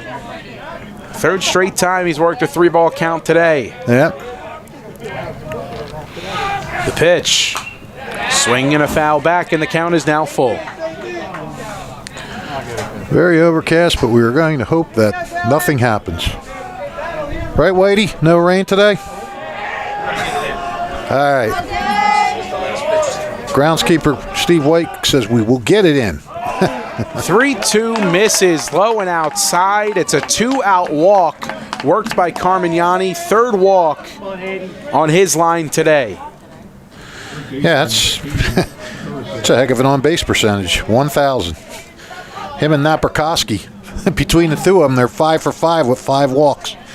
0 for 0 with 5 walks, I should say. Here's Hayden Perusic. Rolled over left side. Tucker's got it. Took a look at second. He'll fire it over to first, and that'll do it. A 5-3 putout. Second time today, Perusic has grounded out to Tucker to end the inning. No runs, no hits, and a man left aboard for the Ravens. On to the home half of the 5th. It's a 2-1 game. The Mercer County Tournament semis continue here on WBCB. Hi, this is Mercer County Prosecutor Angelo Honorfree, and I hope you're enjoying today's game. I'd like to commend today's students for participating in today's event. Being a part of extracurricular activities, whether it's an athletic event, marching in the band, or performing in the school play, or being on the debate team, is good for today's youth. And parents, stay involved in your children's activities and encourage them. An involved parent nurtures your children to accomplish great things. I'm proud to support the youth of Mercer County. This is Angelo Honorfree, your Mercer County prosecutor, and I hope you enjoyed today's game. Hi, I'm Merrill Reese. Kessel Dermatology offers top-of-the-line medical-grade skincare products manufactured in the USA. They're tested and developed by a team of board-certified dermatology experts, and they come with a 30-day money-back guarantee. Take care of your skin. Schedule an appointment with Kessel Dermatology.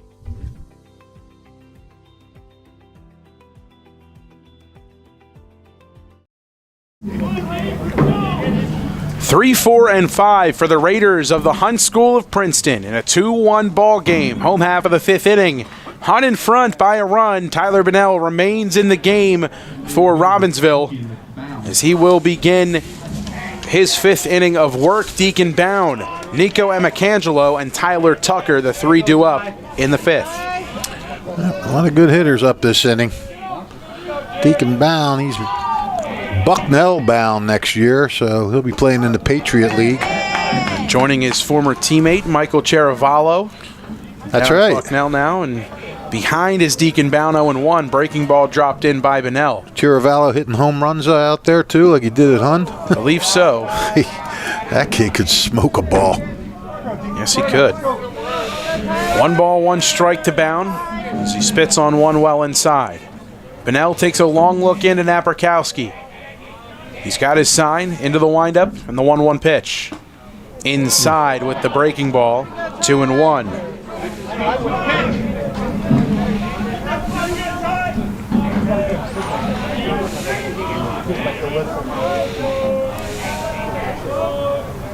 The 2-1.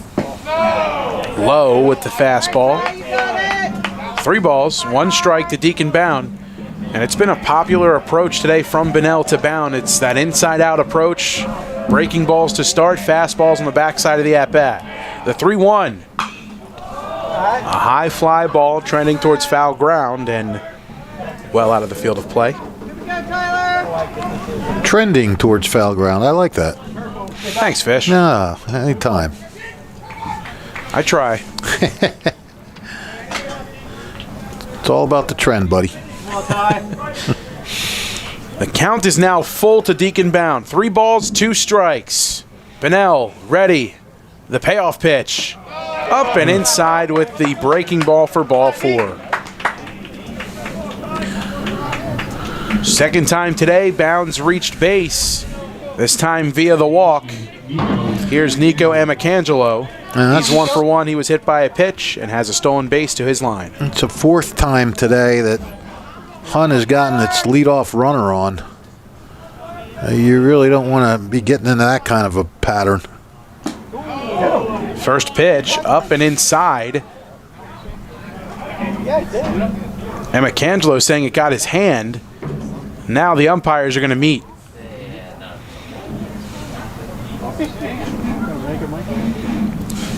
I mean, not trying to be cruel in any way, but if the home plate umpire didn't see it, I don't know how any of these other guys could have seen it. They're so much further away. We heard it. We definitely heard it.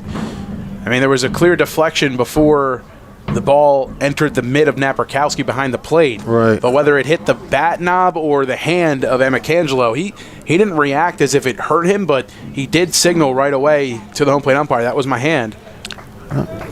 Called a foul ball.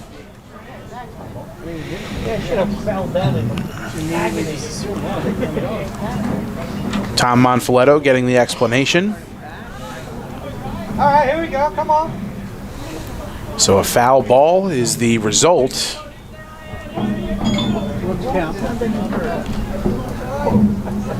That'll count as a first pitch strike to Emicangelo. Come on, D, put in play, bud. No balls, 1 strike to the Hun second baseman.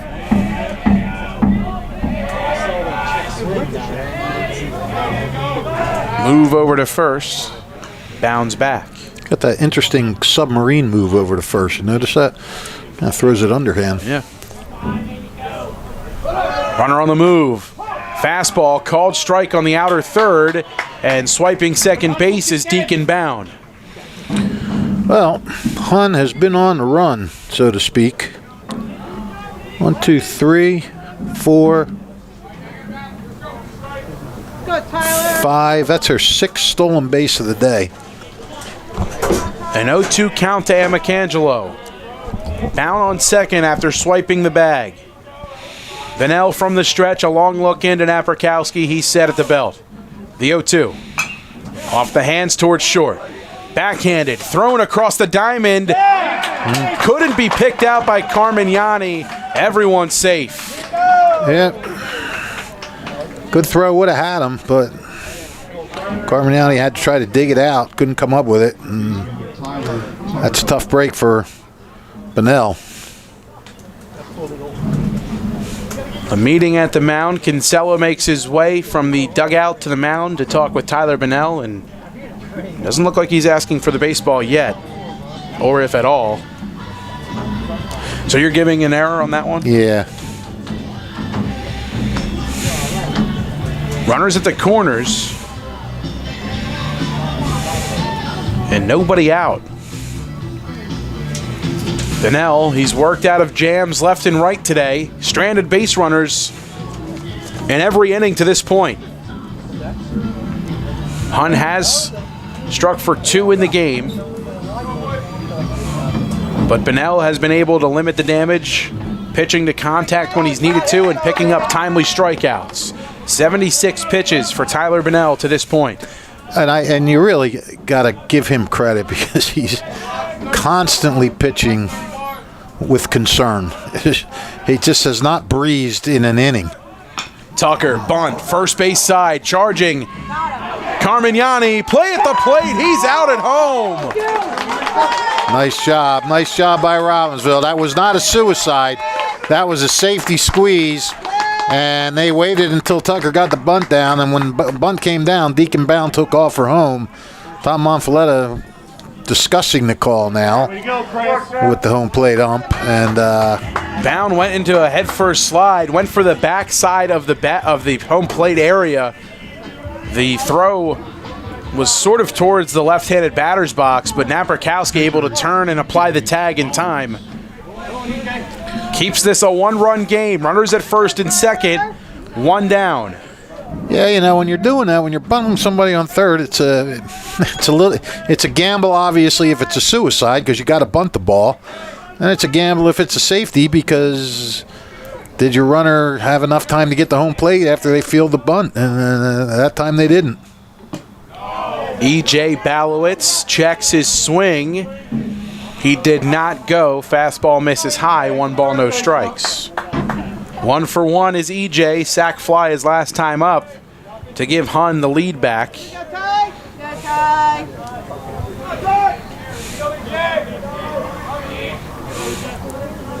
Balowitz gave it a good drive to right field, and Gavin Hopkins able to make the circus catch. Runners in motion. That one got the glove of Napierkowski.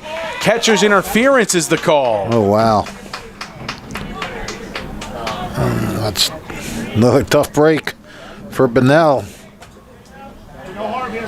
You saw as the pitch came in, Napierkowski got up to start his throwing motion and the receiving of the pitch to try and get the sprinting Amicangelo at third. But that was unable to happen because the swing path of Balowitz got the glove, the catcher's mitt of Napierkowski. Catcher's interference, a man at every base. TJ Francis takes over for Balowitz yet again. He's on first.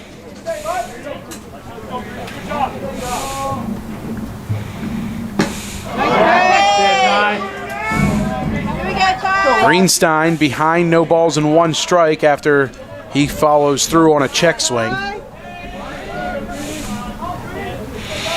The last time Bennell faced bases loaded, there were 2 outs. Now there's 1. Greenstein fouling that one back off the netting behind home.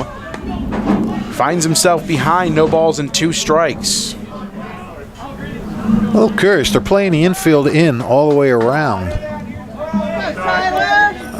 Wondering why they maybe have the corners in and then double play depth the middle infielders, unless they don't think they can double him up. 0-2, froze him on the inside corner. Dropped the hook. 2 down. This kid's got ice water in his veins, man. Plain and simple. There's just nothing phases him. 6th strikeout from Tyler Bennell tonight. 2 down, bases loaded, infield back. Now for the Ravens. John Rossman, 0 for 1 with a walk. First pitch to him. Swing and a miss. This makes everything a little easier for now for Robbinsville. Everybody can drop back to their normal spots. You don't have to try to strike the guy out. You just want him to make contact and hit it to somebody and get back to the dugout. And for Hun, they would hate to blow this opportunity. Rossman would love to go up there and pick up his teammate. Raiders left them loaded back in the second, trying not to do that here in their half of the fifth. 1-1 pitch outside. 2 balls, 1 strike to John Rossman. Francis on first. Tucker on second. And McAngelo on third. The 2-1 pitch. Low. 3-1. You got this, Ty. Walks a run for the Raiders. Bunnell trying to keep up the battle to this point. 3-1 pitch. Fouled back and the count is full.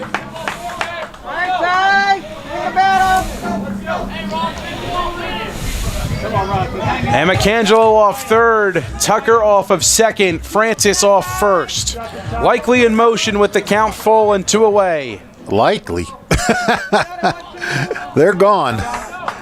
This is another clutch situation.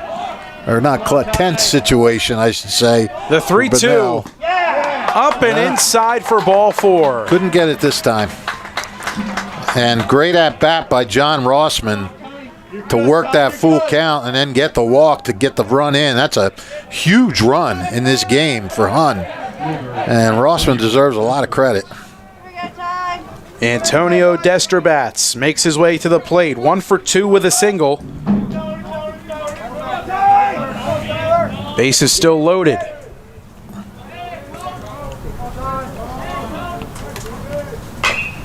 First pitch rolled over right side, well foul. Yeah, you walk in a run and you're still faced with the bases loaded, and he'll either sleep good tonight or he'll lay awake thinking of different pitches that he should have thrown in different situations. Leo 1. Swing and a miss. Elevated heater. Too much to handle for Destrabats. And a commanding 0-2 count ahead of Destrabats is Tyler Bunnell. A man on every base. 2 down, 1 across in the inning for the Raiders. Looking for more. The 0-2. Swing and a miss. 1 more across, but Bunnell leaves them loaded yet again. It's a 3-1 ball game as he's able to mitigate the damage. A 2-run advantage for the Raiders. We'll head to the 6th inning in the Mercer County Tournament semis here from Bob DeMeo Field.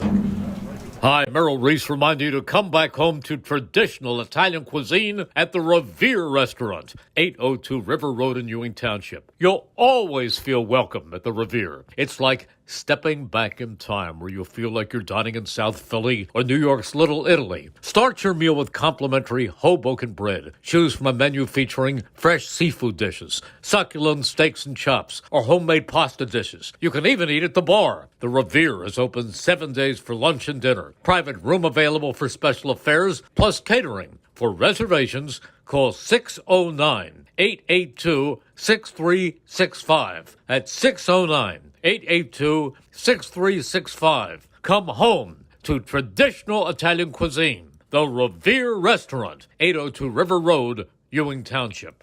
They're still Jack now, right? It is still Jack now in the game, and it is a 3-1 game as we are on to the top of the 6th inning alongside the Mercer County Hall of Famer, Rich Fisher. My name is Mike Warren.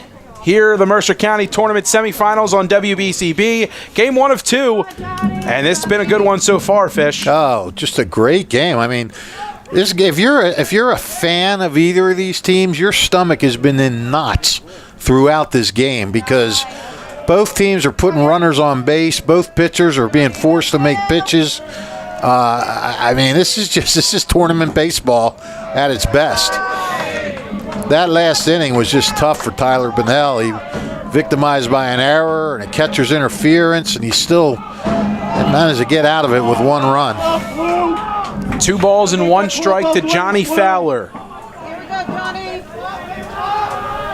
The pitch off the plate. 3-1.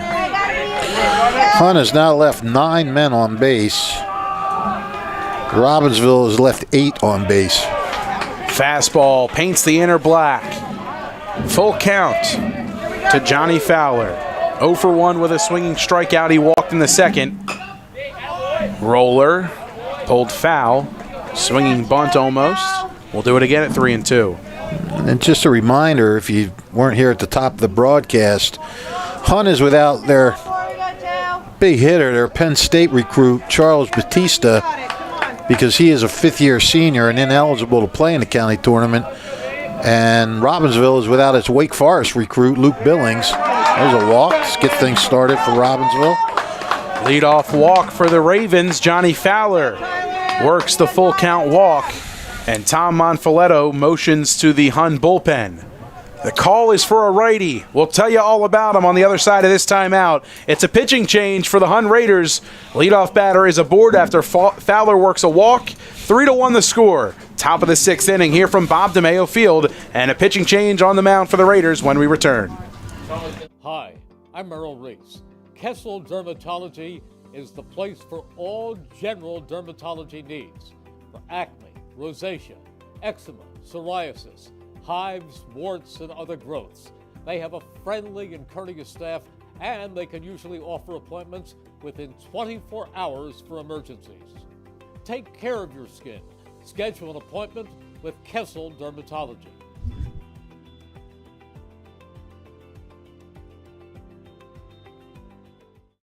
1490 WBCB Levittown and Trenton, and video stream live at WBCBsports.com. Your home for the best local sports in Bucks and Mercer counties.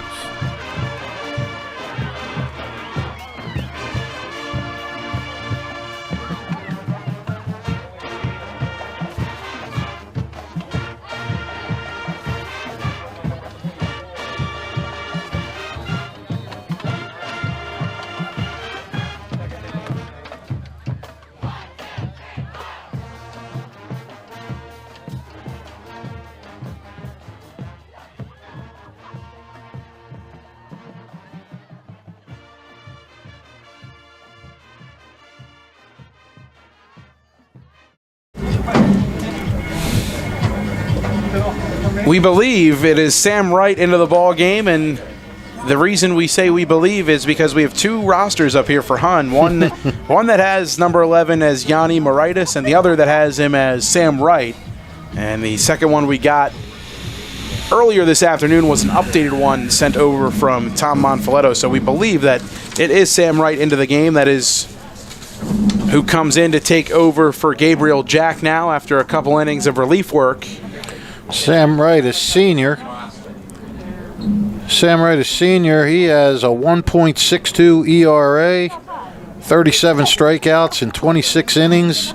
Only walked 7. That's pretty good. So this is a pretty good pitcher to have in there. Try to finish this thing off. Tyler Bunnell with a man aboard first after the leadoff walk issued to Johnny Fowler. So still responsible for the runner aboard is Gabriel Jack now. His book is not closed yet. Tyler Bunnell steps in 0 for 2 with a fly out and a ground out. Wright's first pitch. Fastball, that misses low and outside. 1 ball, no strikes.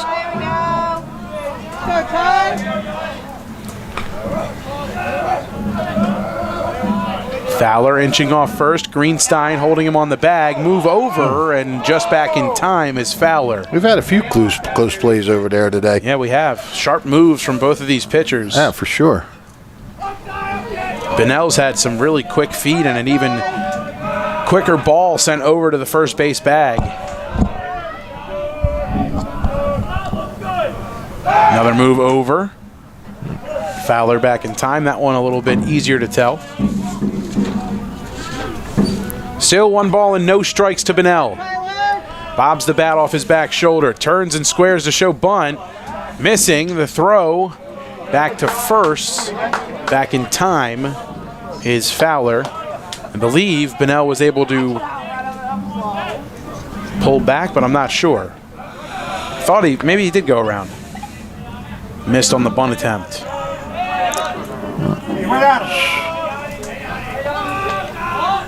Shows bunt, pulls back. I don't think you're going to be bunting for just a sacrifice this late in the game, down 2 runs. Do you? I think if you're bunting, it's going to be for a hit. But he shows bunt. Not this time. Strike called, and the count is 3 balls, 1 strike. As that was the first strike of the at-bat, but now able to pull the bat back, according here to the scoreboard. Right comes set just above the belt. The pitch. Called strike 2. Count is now full. Nobody out. Full count to Tyler Bennell. 0 for 2 on the day. The 3-2 pitch. Skipped in the dirt for ball 4. Back-to-back walks worked by the Ravens to start their half of the 6th. That makes things interesting, doesn't it? Got the tying runs on with nobody out. Now maybe you bunt, although, you know, the rule of thumb is that the visiting team doesn't bunt for, they don't play for the tie as the visitor. But, you know, I don't think it's a horrible idea. Joaquin Hernandez-Burt out to the mound to talk some things over with Sam Wright. First 2 aboard for the Ravens. It's the 9-hole hitter Chris Napierkowski at the plate. So far today, he's worked a couple of walks himself.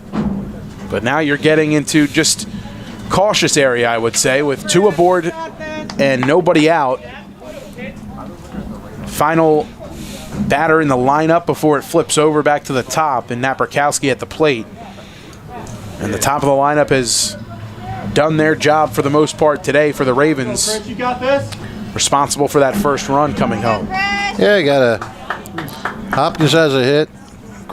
Gavin has a hit. Grayson has a hit and an RBI. Schwartz is an 0-fer.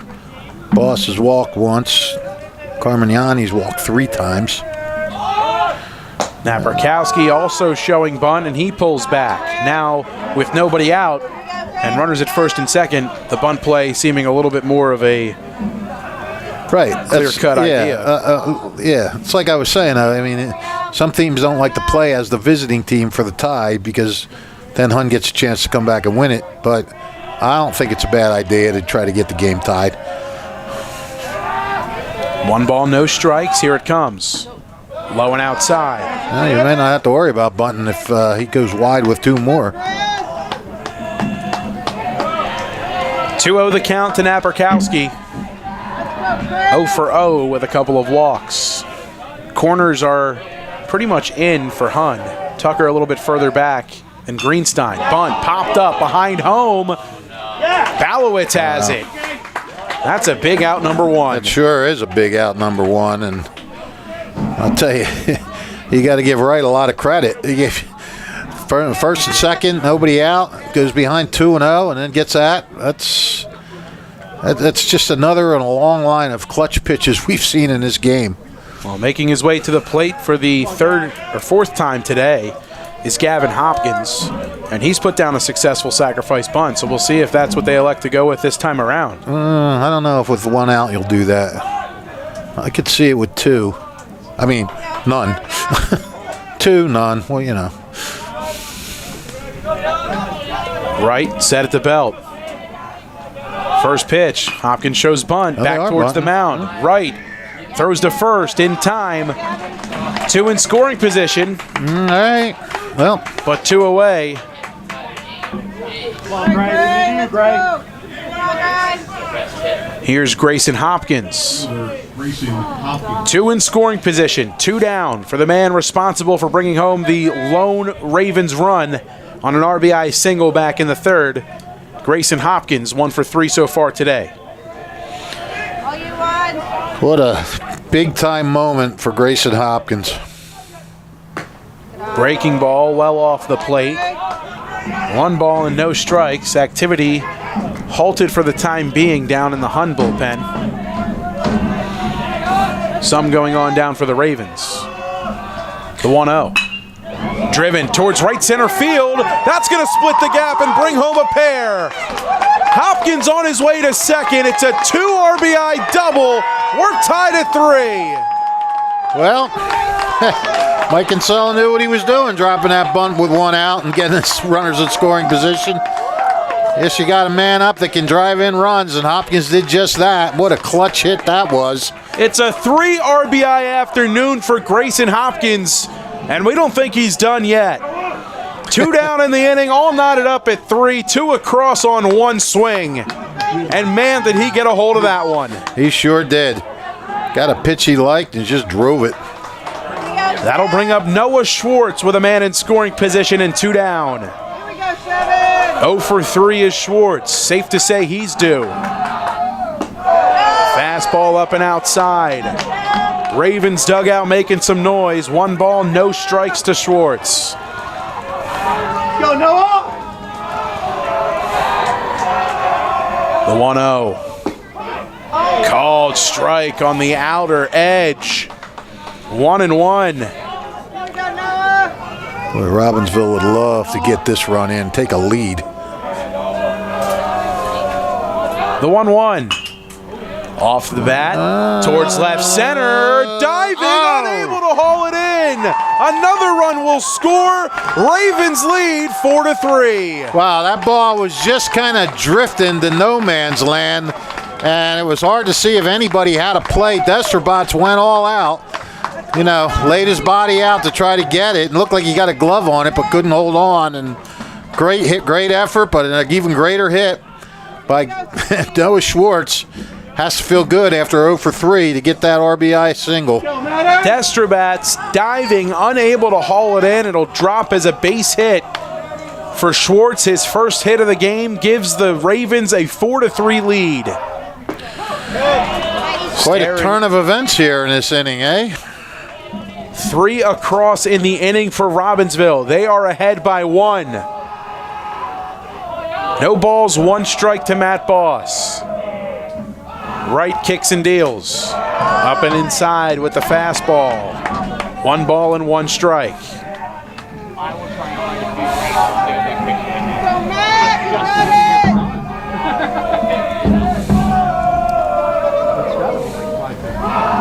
The 1-1. Ball low. 2 balls and 1 strike to Matt Boss, the multi-sport athlete.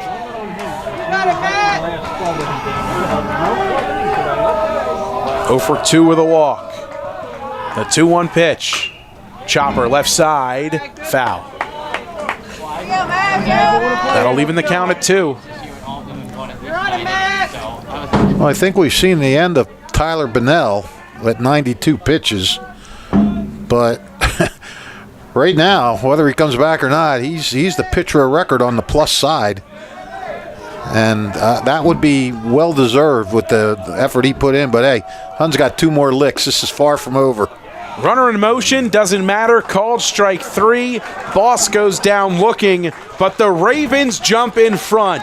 3 across. 2 on a big swing from Grayson Hopkins, and another on a single from Noah Schwartz. It's 4-3. We'll head to the home half of the 6th inning. Hun looking for a response as they trail by 1 in the Mercer County Tournament semis.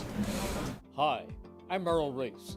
Kessel Dermatology offers great cosmetic dermatology featuring the latest technology in cosmetics, including Morpheus 8 for skin tightening and scars, ultraviolet A and B light treatment for psoriasis, eczema, and itching. Kessel Dermatology now offers Genesis and XLV laser treatments for wrinkles, facial discoloration, scars, and hair removal. Kessel Dermatology provides Botox and fillers. Take care of your skin. Schedule an appointment with Kessel Dermatology.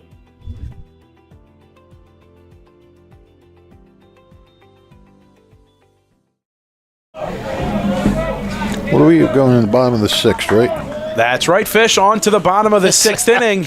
Do we keep coming back on as I'm mumbling over here? Yep, that's the second frame in a row. That's for sure. Home half of the 6th. 4-3 the score. Hun looking for a response after the Ravens able to get 3 across in their half of the inning. It's the top of the order for the Raiders. Mike Olander to get things going. followed by Will Kramer and Deacon Bound. And now we have coaches conferring on the third base side. Yeah, what do you think this could be about? This is definitely about pitch number for Tyler Bunnell, as one of the assistants for Hun, I believe it's assistant coach Steve Garrison, has his iPad, and they've got a pitch count tracking, so there must be a certain amount of days. He's at 92 pitches right now, and there's a certain number of pitches, a pitch limit that you can hit within, I believe it's 3 days in the week. Well, I'm to be honest, I'm surprised to see him back out there, but umpires conferring, coaches conferring.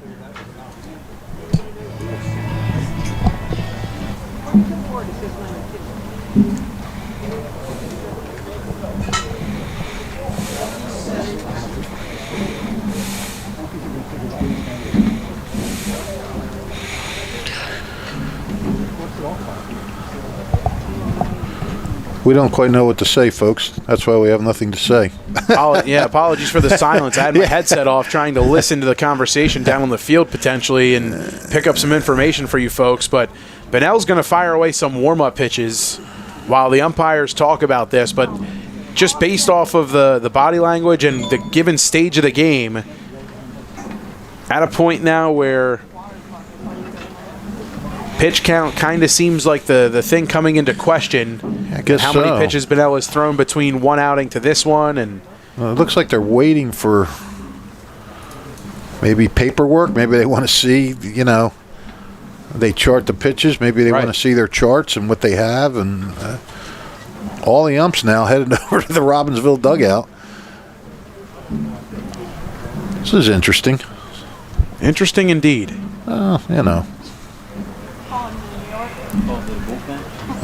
Three of the umps are heading over there. John Costantino now, the tournament director, is discussing it with them. So, I guess we'll see what we can see.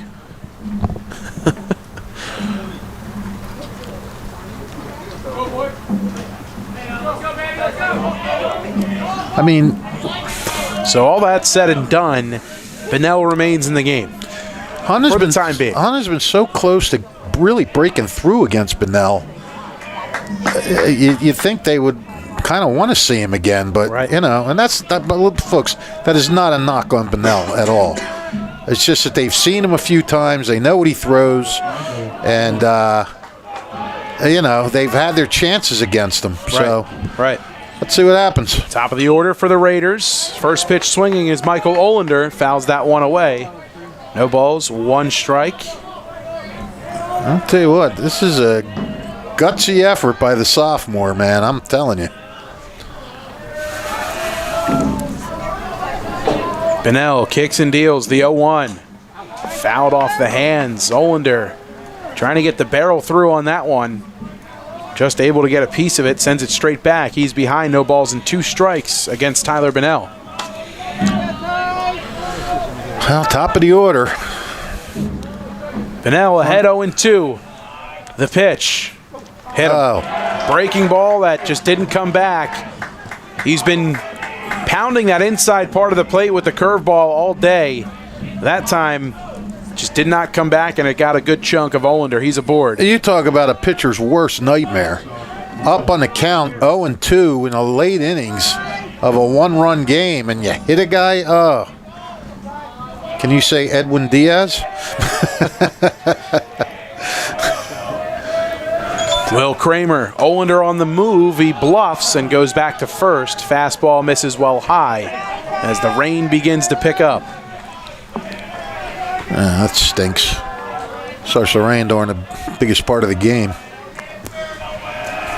0 for 3 is Kramer. A couple of Ks and a fly out to center field his last time up in the fourth.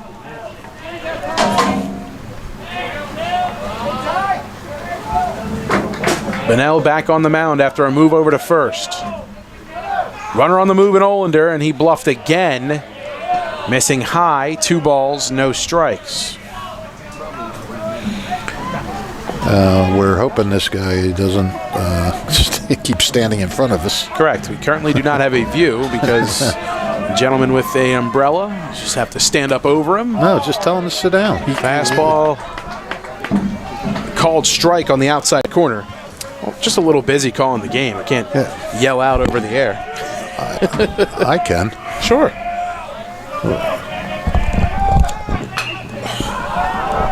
Two 2-1, lifted to right field. Hopkins moves over, makes the catch for the first out. Capital Health's primary. Can't see the game. Thank you. He does it all, Rich Fisher. He was nice about it. I felt bad. He's kind of a young kid, and I didn't want to feel like a tough guy. Well, anyway, that's a big out. Any out's big right now. Here's Deacon Bound, one aboard, one down. The rain continues to pick up. Steve White assures us they will get the game in. The pitch. Fastball at the knees, no balls, and one strike to Deacon Bound. 1 for 2 afternoon for Deacon. Singled and scored a run in the third and was walked, thrown out at home in the fifth.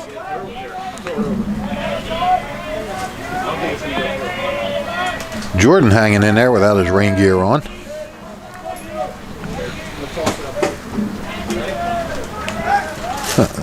Yep. He's getting something. Another move from Bunnell over to first.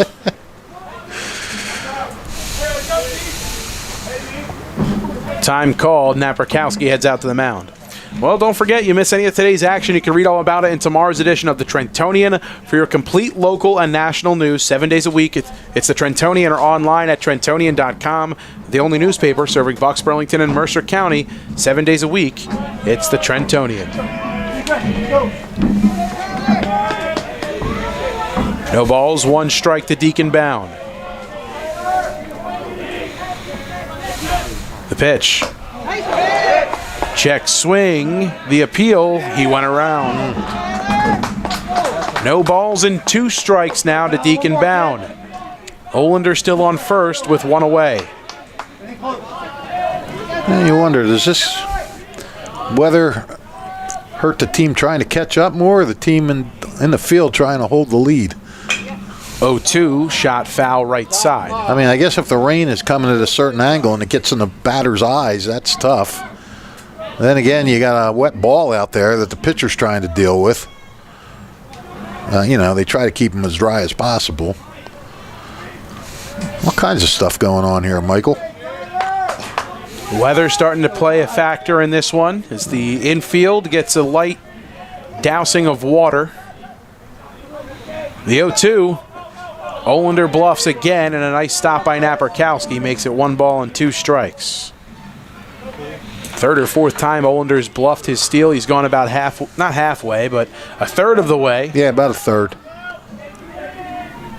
And throws on the brakes and comes back. Dancing off of first. Bunnell, he'll throw over. Bunnell, his first throw over there was just a lollipop. Second one had a little more intention to it. I wonder if he's setting him up for a really try to gun him down pickoff. Nope. Off the hands again. Bound stays alive. What an at-bat by Bound here. Just battling. 104 pitches now for Tyler Bunnell. Now you got this. 1 ball, 2 strikes to Bound. Olander on first after he was hit by a pitch. 1 away in the inning. Bunnell, set, kicks and deals. Blocked by Napierkowski. What a stop. Yeah, huge. Kicks that one around a little bit, but he might have even used his bare hand to stop that one. Yeah. Sounded like it got some skin. What a stop by Chris Napierkowski to keep Olander at first. He's 2-2. He doesn't seem to be holding his hand or anything like it's any kind of pain. No.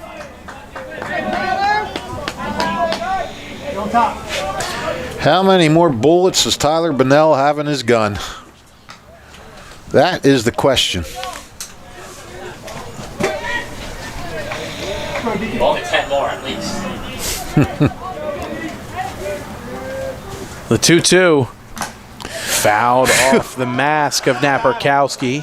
This is a dream at bat if you're Hun. For Deacon Bound is just wasting pitch after pitch, forcing him to throw strikes over and over again. And who's going to break first,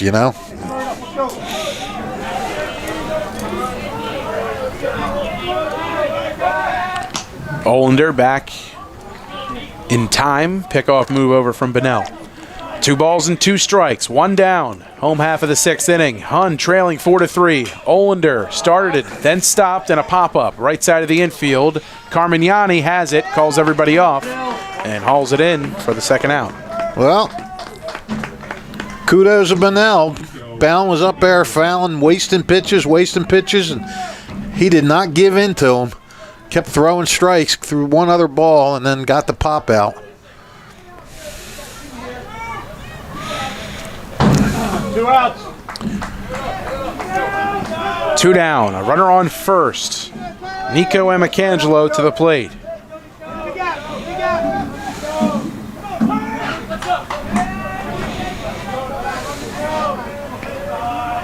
First pitch to him. Fastball on the outer third, called strike 1.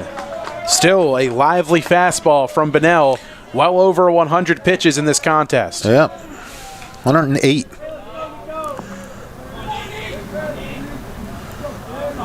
Oh, 1. Off the plate with the fastball. Count evens at 1 apiece. Amicangelo reached on an error in the 5th, came around to score, singled in the 3rd, and was hit by a pitch in the 1st. Couple of stolen bases for Amicangelo.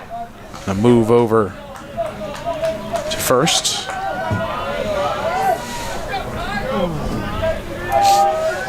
Two down, 1 aboard for the Raiders, trailing by a run. The pitch locates the outer third again. Makes it 1 ball and 2 strikes. Looked like he took something off that one. Not sure if it was off speed or maybe just a slightly slower fastball. Amicangelo behind, 1 ball and 2 strikes. Pressure on Nico now. Swings and fouls this one right side and heading well out of play. I'll tell you what. He'd love to have that 0-2 pitch back where he hit Olander on. He technically maybe would have been out of the inning now if the same 2 batters played out the same way. Hey, you never know, but right. Just got to do what you got to do. Face the next batter. Make the next pitch. 1-2, rip towards center. Schwartz reads it on a line and makes the catch. Oh, he smoked that. And Schwartz had it all the way. He had it lined up and no problem whatsoever. Tyler Bunnell strands a runner and leaves this at a 1-run advantage in favor of Robbinsville. 4-3 the score.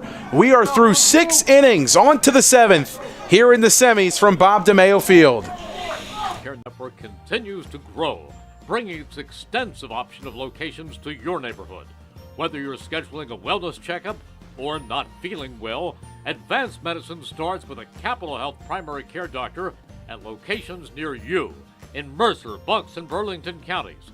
To find a Capital Health primary care location that's convenient for you, visit capitalmedicalgroup.org.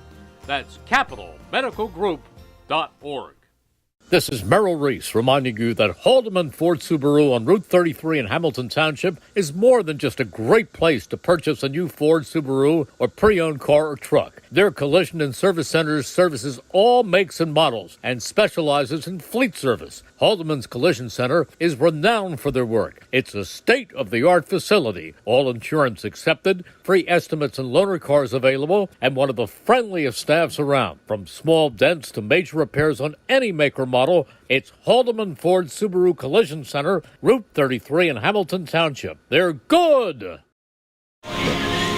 Pitching change for the Hun Raiders. Asher DeLue, the left-handed sophomore from Princeton, New Jersey, comes into the game and looking to keep this game right where it is. 4-3 the score. Robbinsville in front after they get 3 in their half of the 6th to take a 4-3 lead. Top of the 7th inning, DeLue on the bump. And for Robbinsville, 5, 6, and 7 in their half of the 7th inning. Dylan Carmignani, Hayden Perusich, and Johnny Fowler, the 3 due up to start the 7th. And looking for some insurance before heading to the bottom half of the inning are the Ravens. Did you notice I was quiet when we came back on this time? Great job, Fish. Well, you gave me the 5-second heads up. That's right. Sometimes I need a little extra help. I'm challenged. Asher DeLue. Man, this sounds like a gunfighter from the Old West. Asher DeLue's in town, and he's looking for Marshall Dillon. DeLue skips a fastball in. 1 ball and no strikes. Dylan Carmignani, 3 walks worked in every trip to the plate today. Yep, this is the first time he leads off an inning. He'd love to lead off with a walk. Count evens, 1 ball, 1 strike. A lively fastball from the Princeton native and the left-hander, Asher DeLue. Come on, Dale. The 1-1. Curveball left it high. Carmignani thought about dropping a drag bunt down.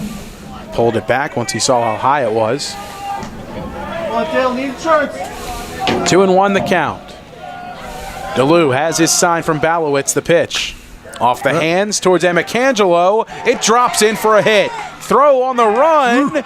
They got him at first. Wow. Wow. Mike Kinsella's on his way over. It looked like Carmignani beat that by a step. Yes, I agree. That was a quick conversation. I'm not sure what Kinsella said, but yikes. Kinsella is one of the most mild-mannered individuals you will meet across head coaches in Mercer County. So for him to kind of hit a full sprint over there to first base tells you how fired up he was, regardless of the length of the conversation. A big out number 1 to start the top of the 7th. I mean, despite what we think, you got to give Michael Olander a lot of credit for that. He saw he might have still had a play, and he went for it, and hey, he got it. That's a huge play. And now quickly, no balls and 2 strikes to Hayden Perusich. DeLue looking for the punch out. The 0-2. Fouled back. Perusich stays alive. You do not want to have that leadoff guy get on with a chance to get the insurance run. And Olander did what he could, and he got the out. Robbinsville thinks he didn't, but hey. 0-2 curveball, just hung it. You usually see that, well, not usually, but you see that happen in softball a lot more than you see it happen in baseball.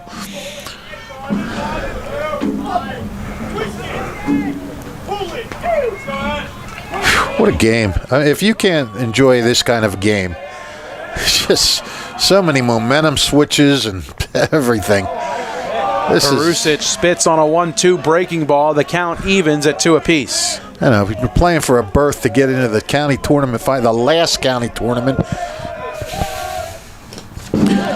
Fastball misses off the inside part of the plate. 3-2. You know, whoever wins on Thursday night, it's going to make history because it's going to be the last. You're saying there's no more Mercer County Tournament after this year? No. What's it It's become? now going to be called the Colonial Valley Conference Tournament.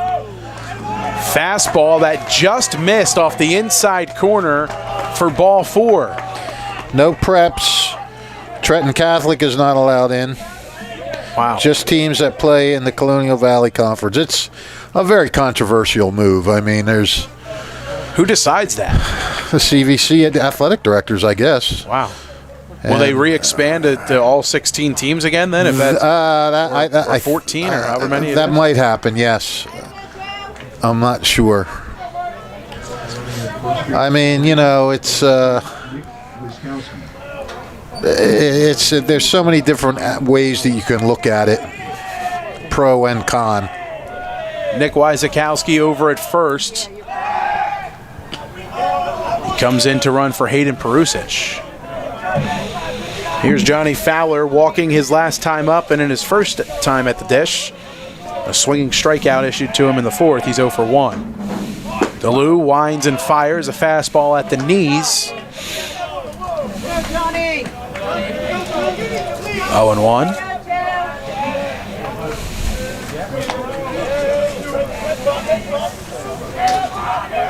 Wyzakowski gets his lead. He's in motion. And the pitch gets away from Balowitz. He'll take second base easily. Big break for Robbinsville. Let's see if they can capitalize on it. Let's go, 2. 1 ball and 1 strike to the Robbinsville shortstop, Johnny Fowler. DeLue takes a peek at second. He's coming home. Off the hands, right side. Charging Greenstein. No one's at the bag. Amacangelo's there just in the nick of time. Looked like a potential miscue for the Raiders, but Amacangelo uses his speed to cover first base. 2 away. Yeah, 2 pretty nice defensive plays here by the Raiders to get their 2 outs. On both balls, it looked like they could be trouble. And Olander with the throw, and then, like you said, the play right there where he got over to cover. You got to have your head in the game at all times. So Wyzakowski's on third. Here's Tyler Bennell. 2 away. An insurance run 90 feet away for the Ravens. Bennell 0 for 2 with a walk. Breaking ball dropped in by DeLue. He gets ahead 0-1.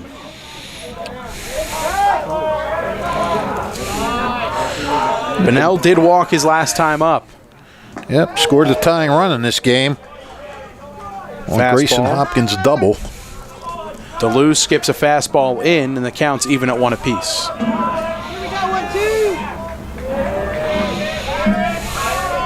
The pitch, up and outside. Tell you what, everybody second guesses when things go wrong for somebody. I was wrong. I didn't think sacrificing with 1 out to put second and third with 2 outs was the right thing to do, but they came up, they got the big hit, and then they got the run to go ahead. So what do I know? Fanning at the curveball from DeLue was Bennell. 2 balls, 2 strikes, 2 down and 1 aboard. Ravens by a run. The 2-2. Fouled back. Who made that noise? Was that Bennell when he hit it? I heard somebody go, a fan downstairs turning up a yeah with the swing. Oh, he's a big fan of foul balls, I guess. Yeah. Yeah. Who wouldn't be a fan of the foul ball? 2 balls, 2 strikes. Here it comes. Fouled back again. He's having a pesky at bat now. Kind of doing to him what Bound did to Bennell.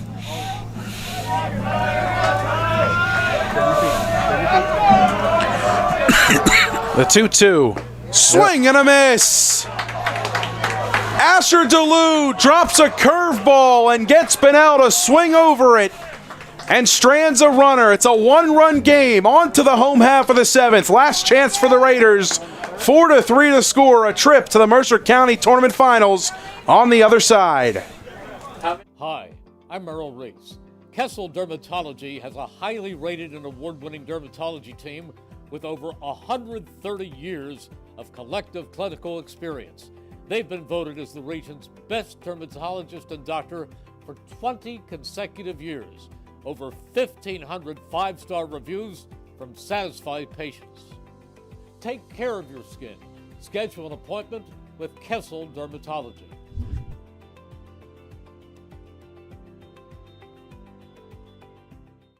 Hi, this is Mercer County Prosecutor Angelo Honorfree, and I hope you're enjoying today's game. I'd like to commend today's students for participating in today's event.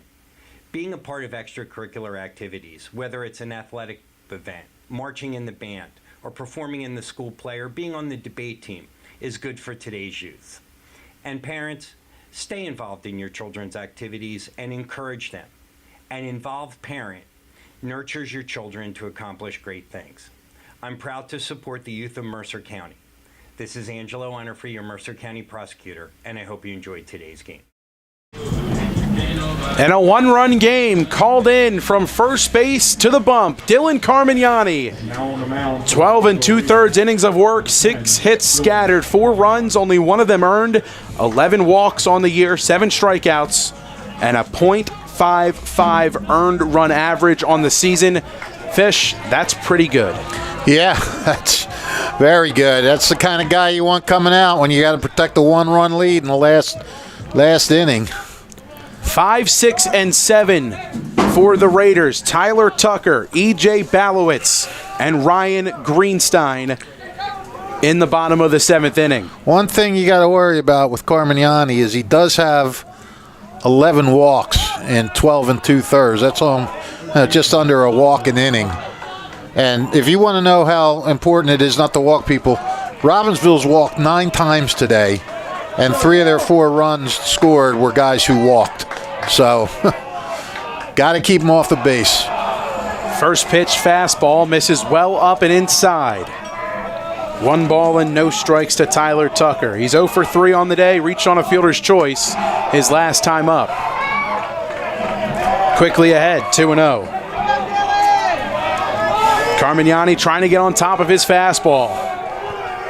The 2-0. Breaking ball, called strike on the inside corner. 2-1 to Tucker, and he calls time. Just trying to add up Bunnell's stats here. Back into the box is Tucker. Carmignani kicks and deals. He hit him with the curveball. Tying run is aboard. Tyler Tucker's on first. Man. Again, the leadoff guy hit for Hun. This is E.J. Balowitz. T.J. Francis will take over for Tucker on first. First base for the Raiders. Okay, well, T.J. Francis courtesy ran for Balowitz. He's pinch running now, so. Right. Pinch running for Tucker is Francis at first. He swiped a bag on the afternoon. Yeah, he can go. I mean, this is the right move for sure. He can go. Big stop from Naperkowski behind the plate. 1 ball, no strikes to Balowitz. And you still have the re-entry, so Tucker can go back in anyway. Francis inches off first. Bunnell holding him on. Fastball at the knees. 1-1. So Bunnell and Carmignani just switching places after 6 really solid innings from Tyler Bunnell. Carmignani steps off. 1 ball, 1 strike, the pitch. Fastball at the belt, called strike 2. 1 ball and 2 strikes. Francis on first, representing Tucker, who was hit by a pitch. Carmignani comes set at the belt. The 1-2. Runner on the move in Francis. Hit and run was on, and Balowitz fouling that one back. We'll do it again at 1 ball and 2 strikes.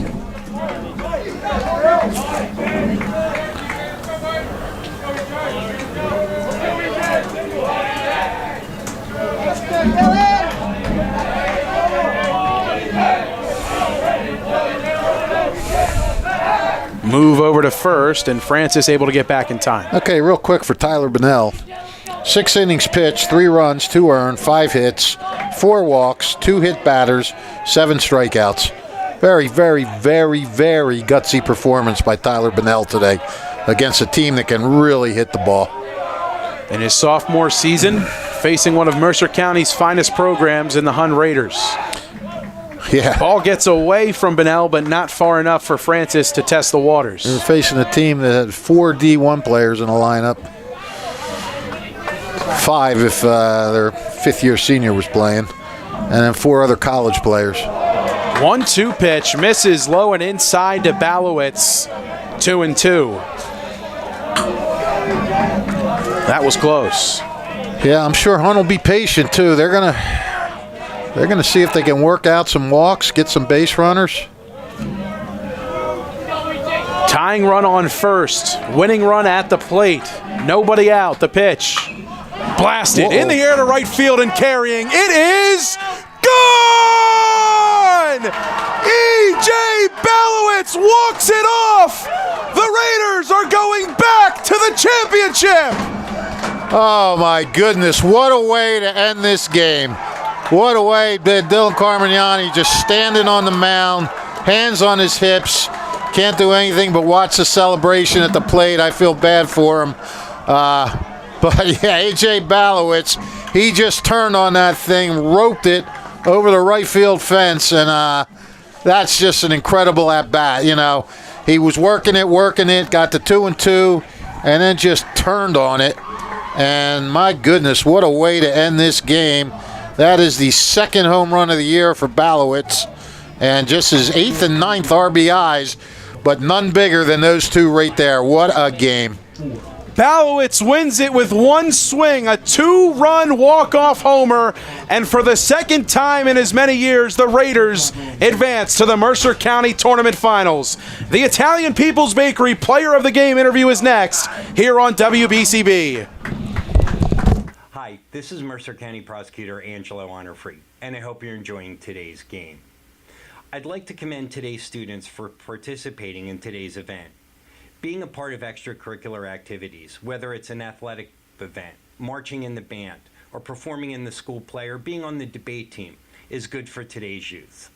And parents, stay involved in your children's activities and encourage them. An involved parent nurtures your children to accomplish great things. I'm proud to support the youth of Mercer County.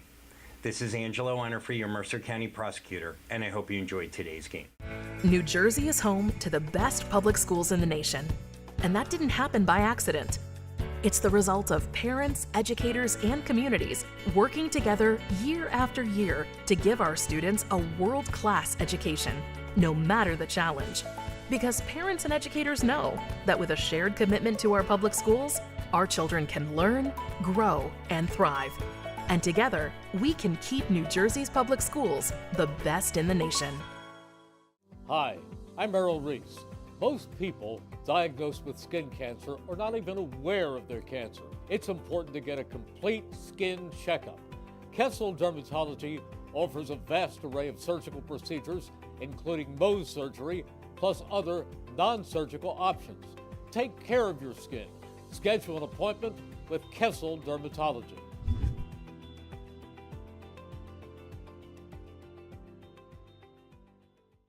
Hi, this is Mercer County Prosecutor Angelo Honorfree, and I hope you're enjoying today's game. I'd like to commend today's students for participating in today's event. Being a part of extracurricular activities, whether it's an athletic event, marching in the band, or performing in the school play, or being on the debate team, is good for today's youth. And parents, stay involved in your children's activities and encourage them. An involved parent nurtures your children to accomplish great things. I'm proud to support the youth of Mercer County. This is Angelo Honorfree, your Mercer County prosecutor, and I hope you enjoyed today's game. Hi, I'm Merrill Reese. Kessel Dermatology offers top-of-the-line medical-grade skincare products manufactured in the USA. They're tested and developed by a team of board-certified dermatology experts, and they come with a 30-day money-back guarantee. Take care of your skin. Schedule an appointment with Kessel Dermatology.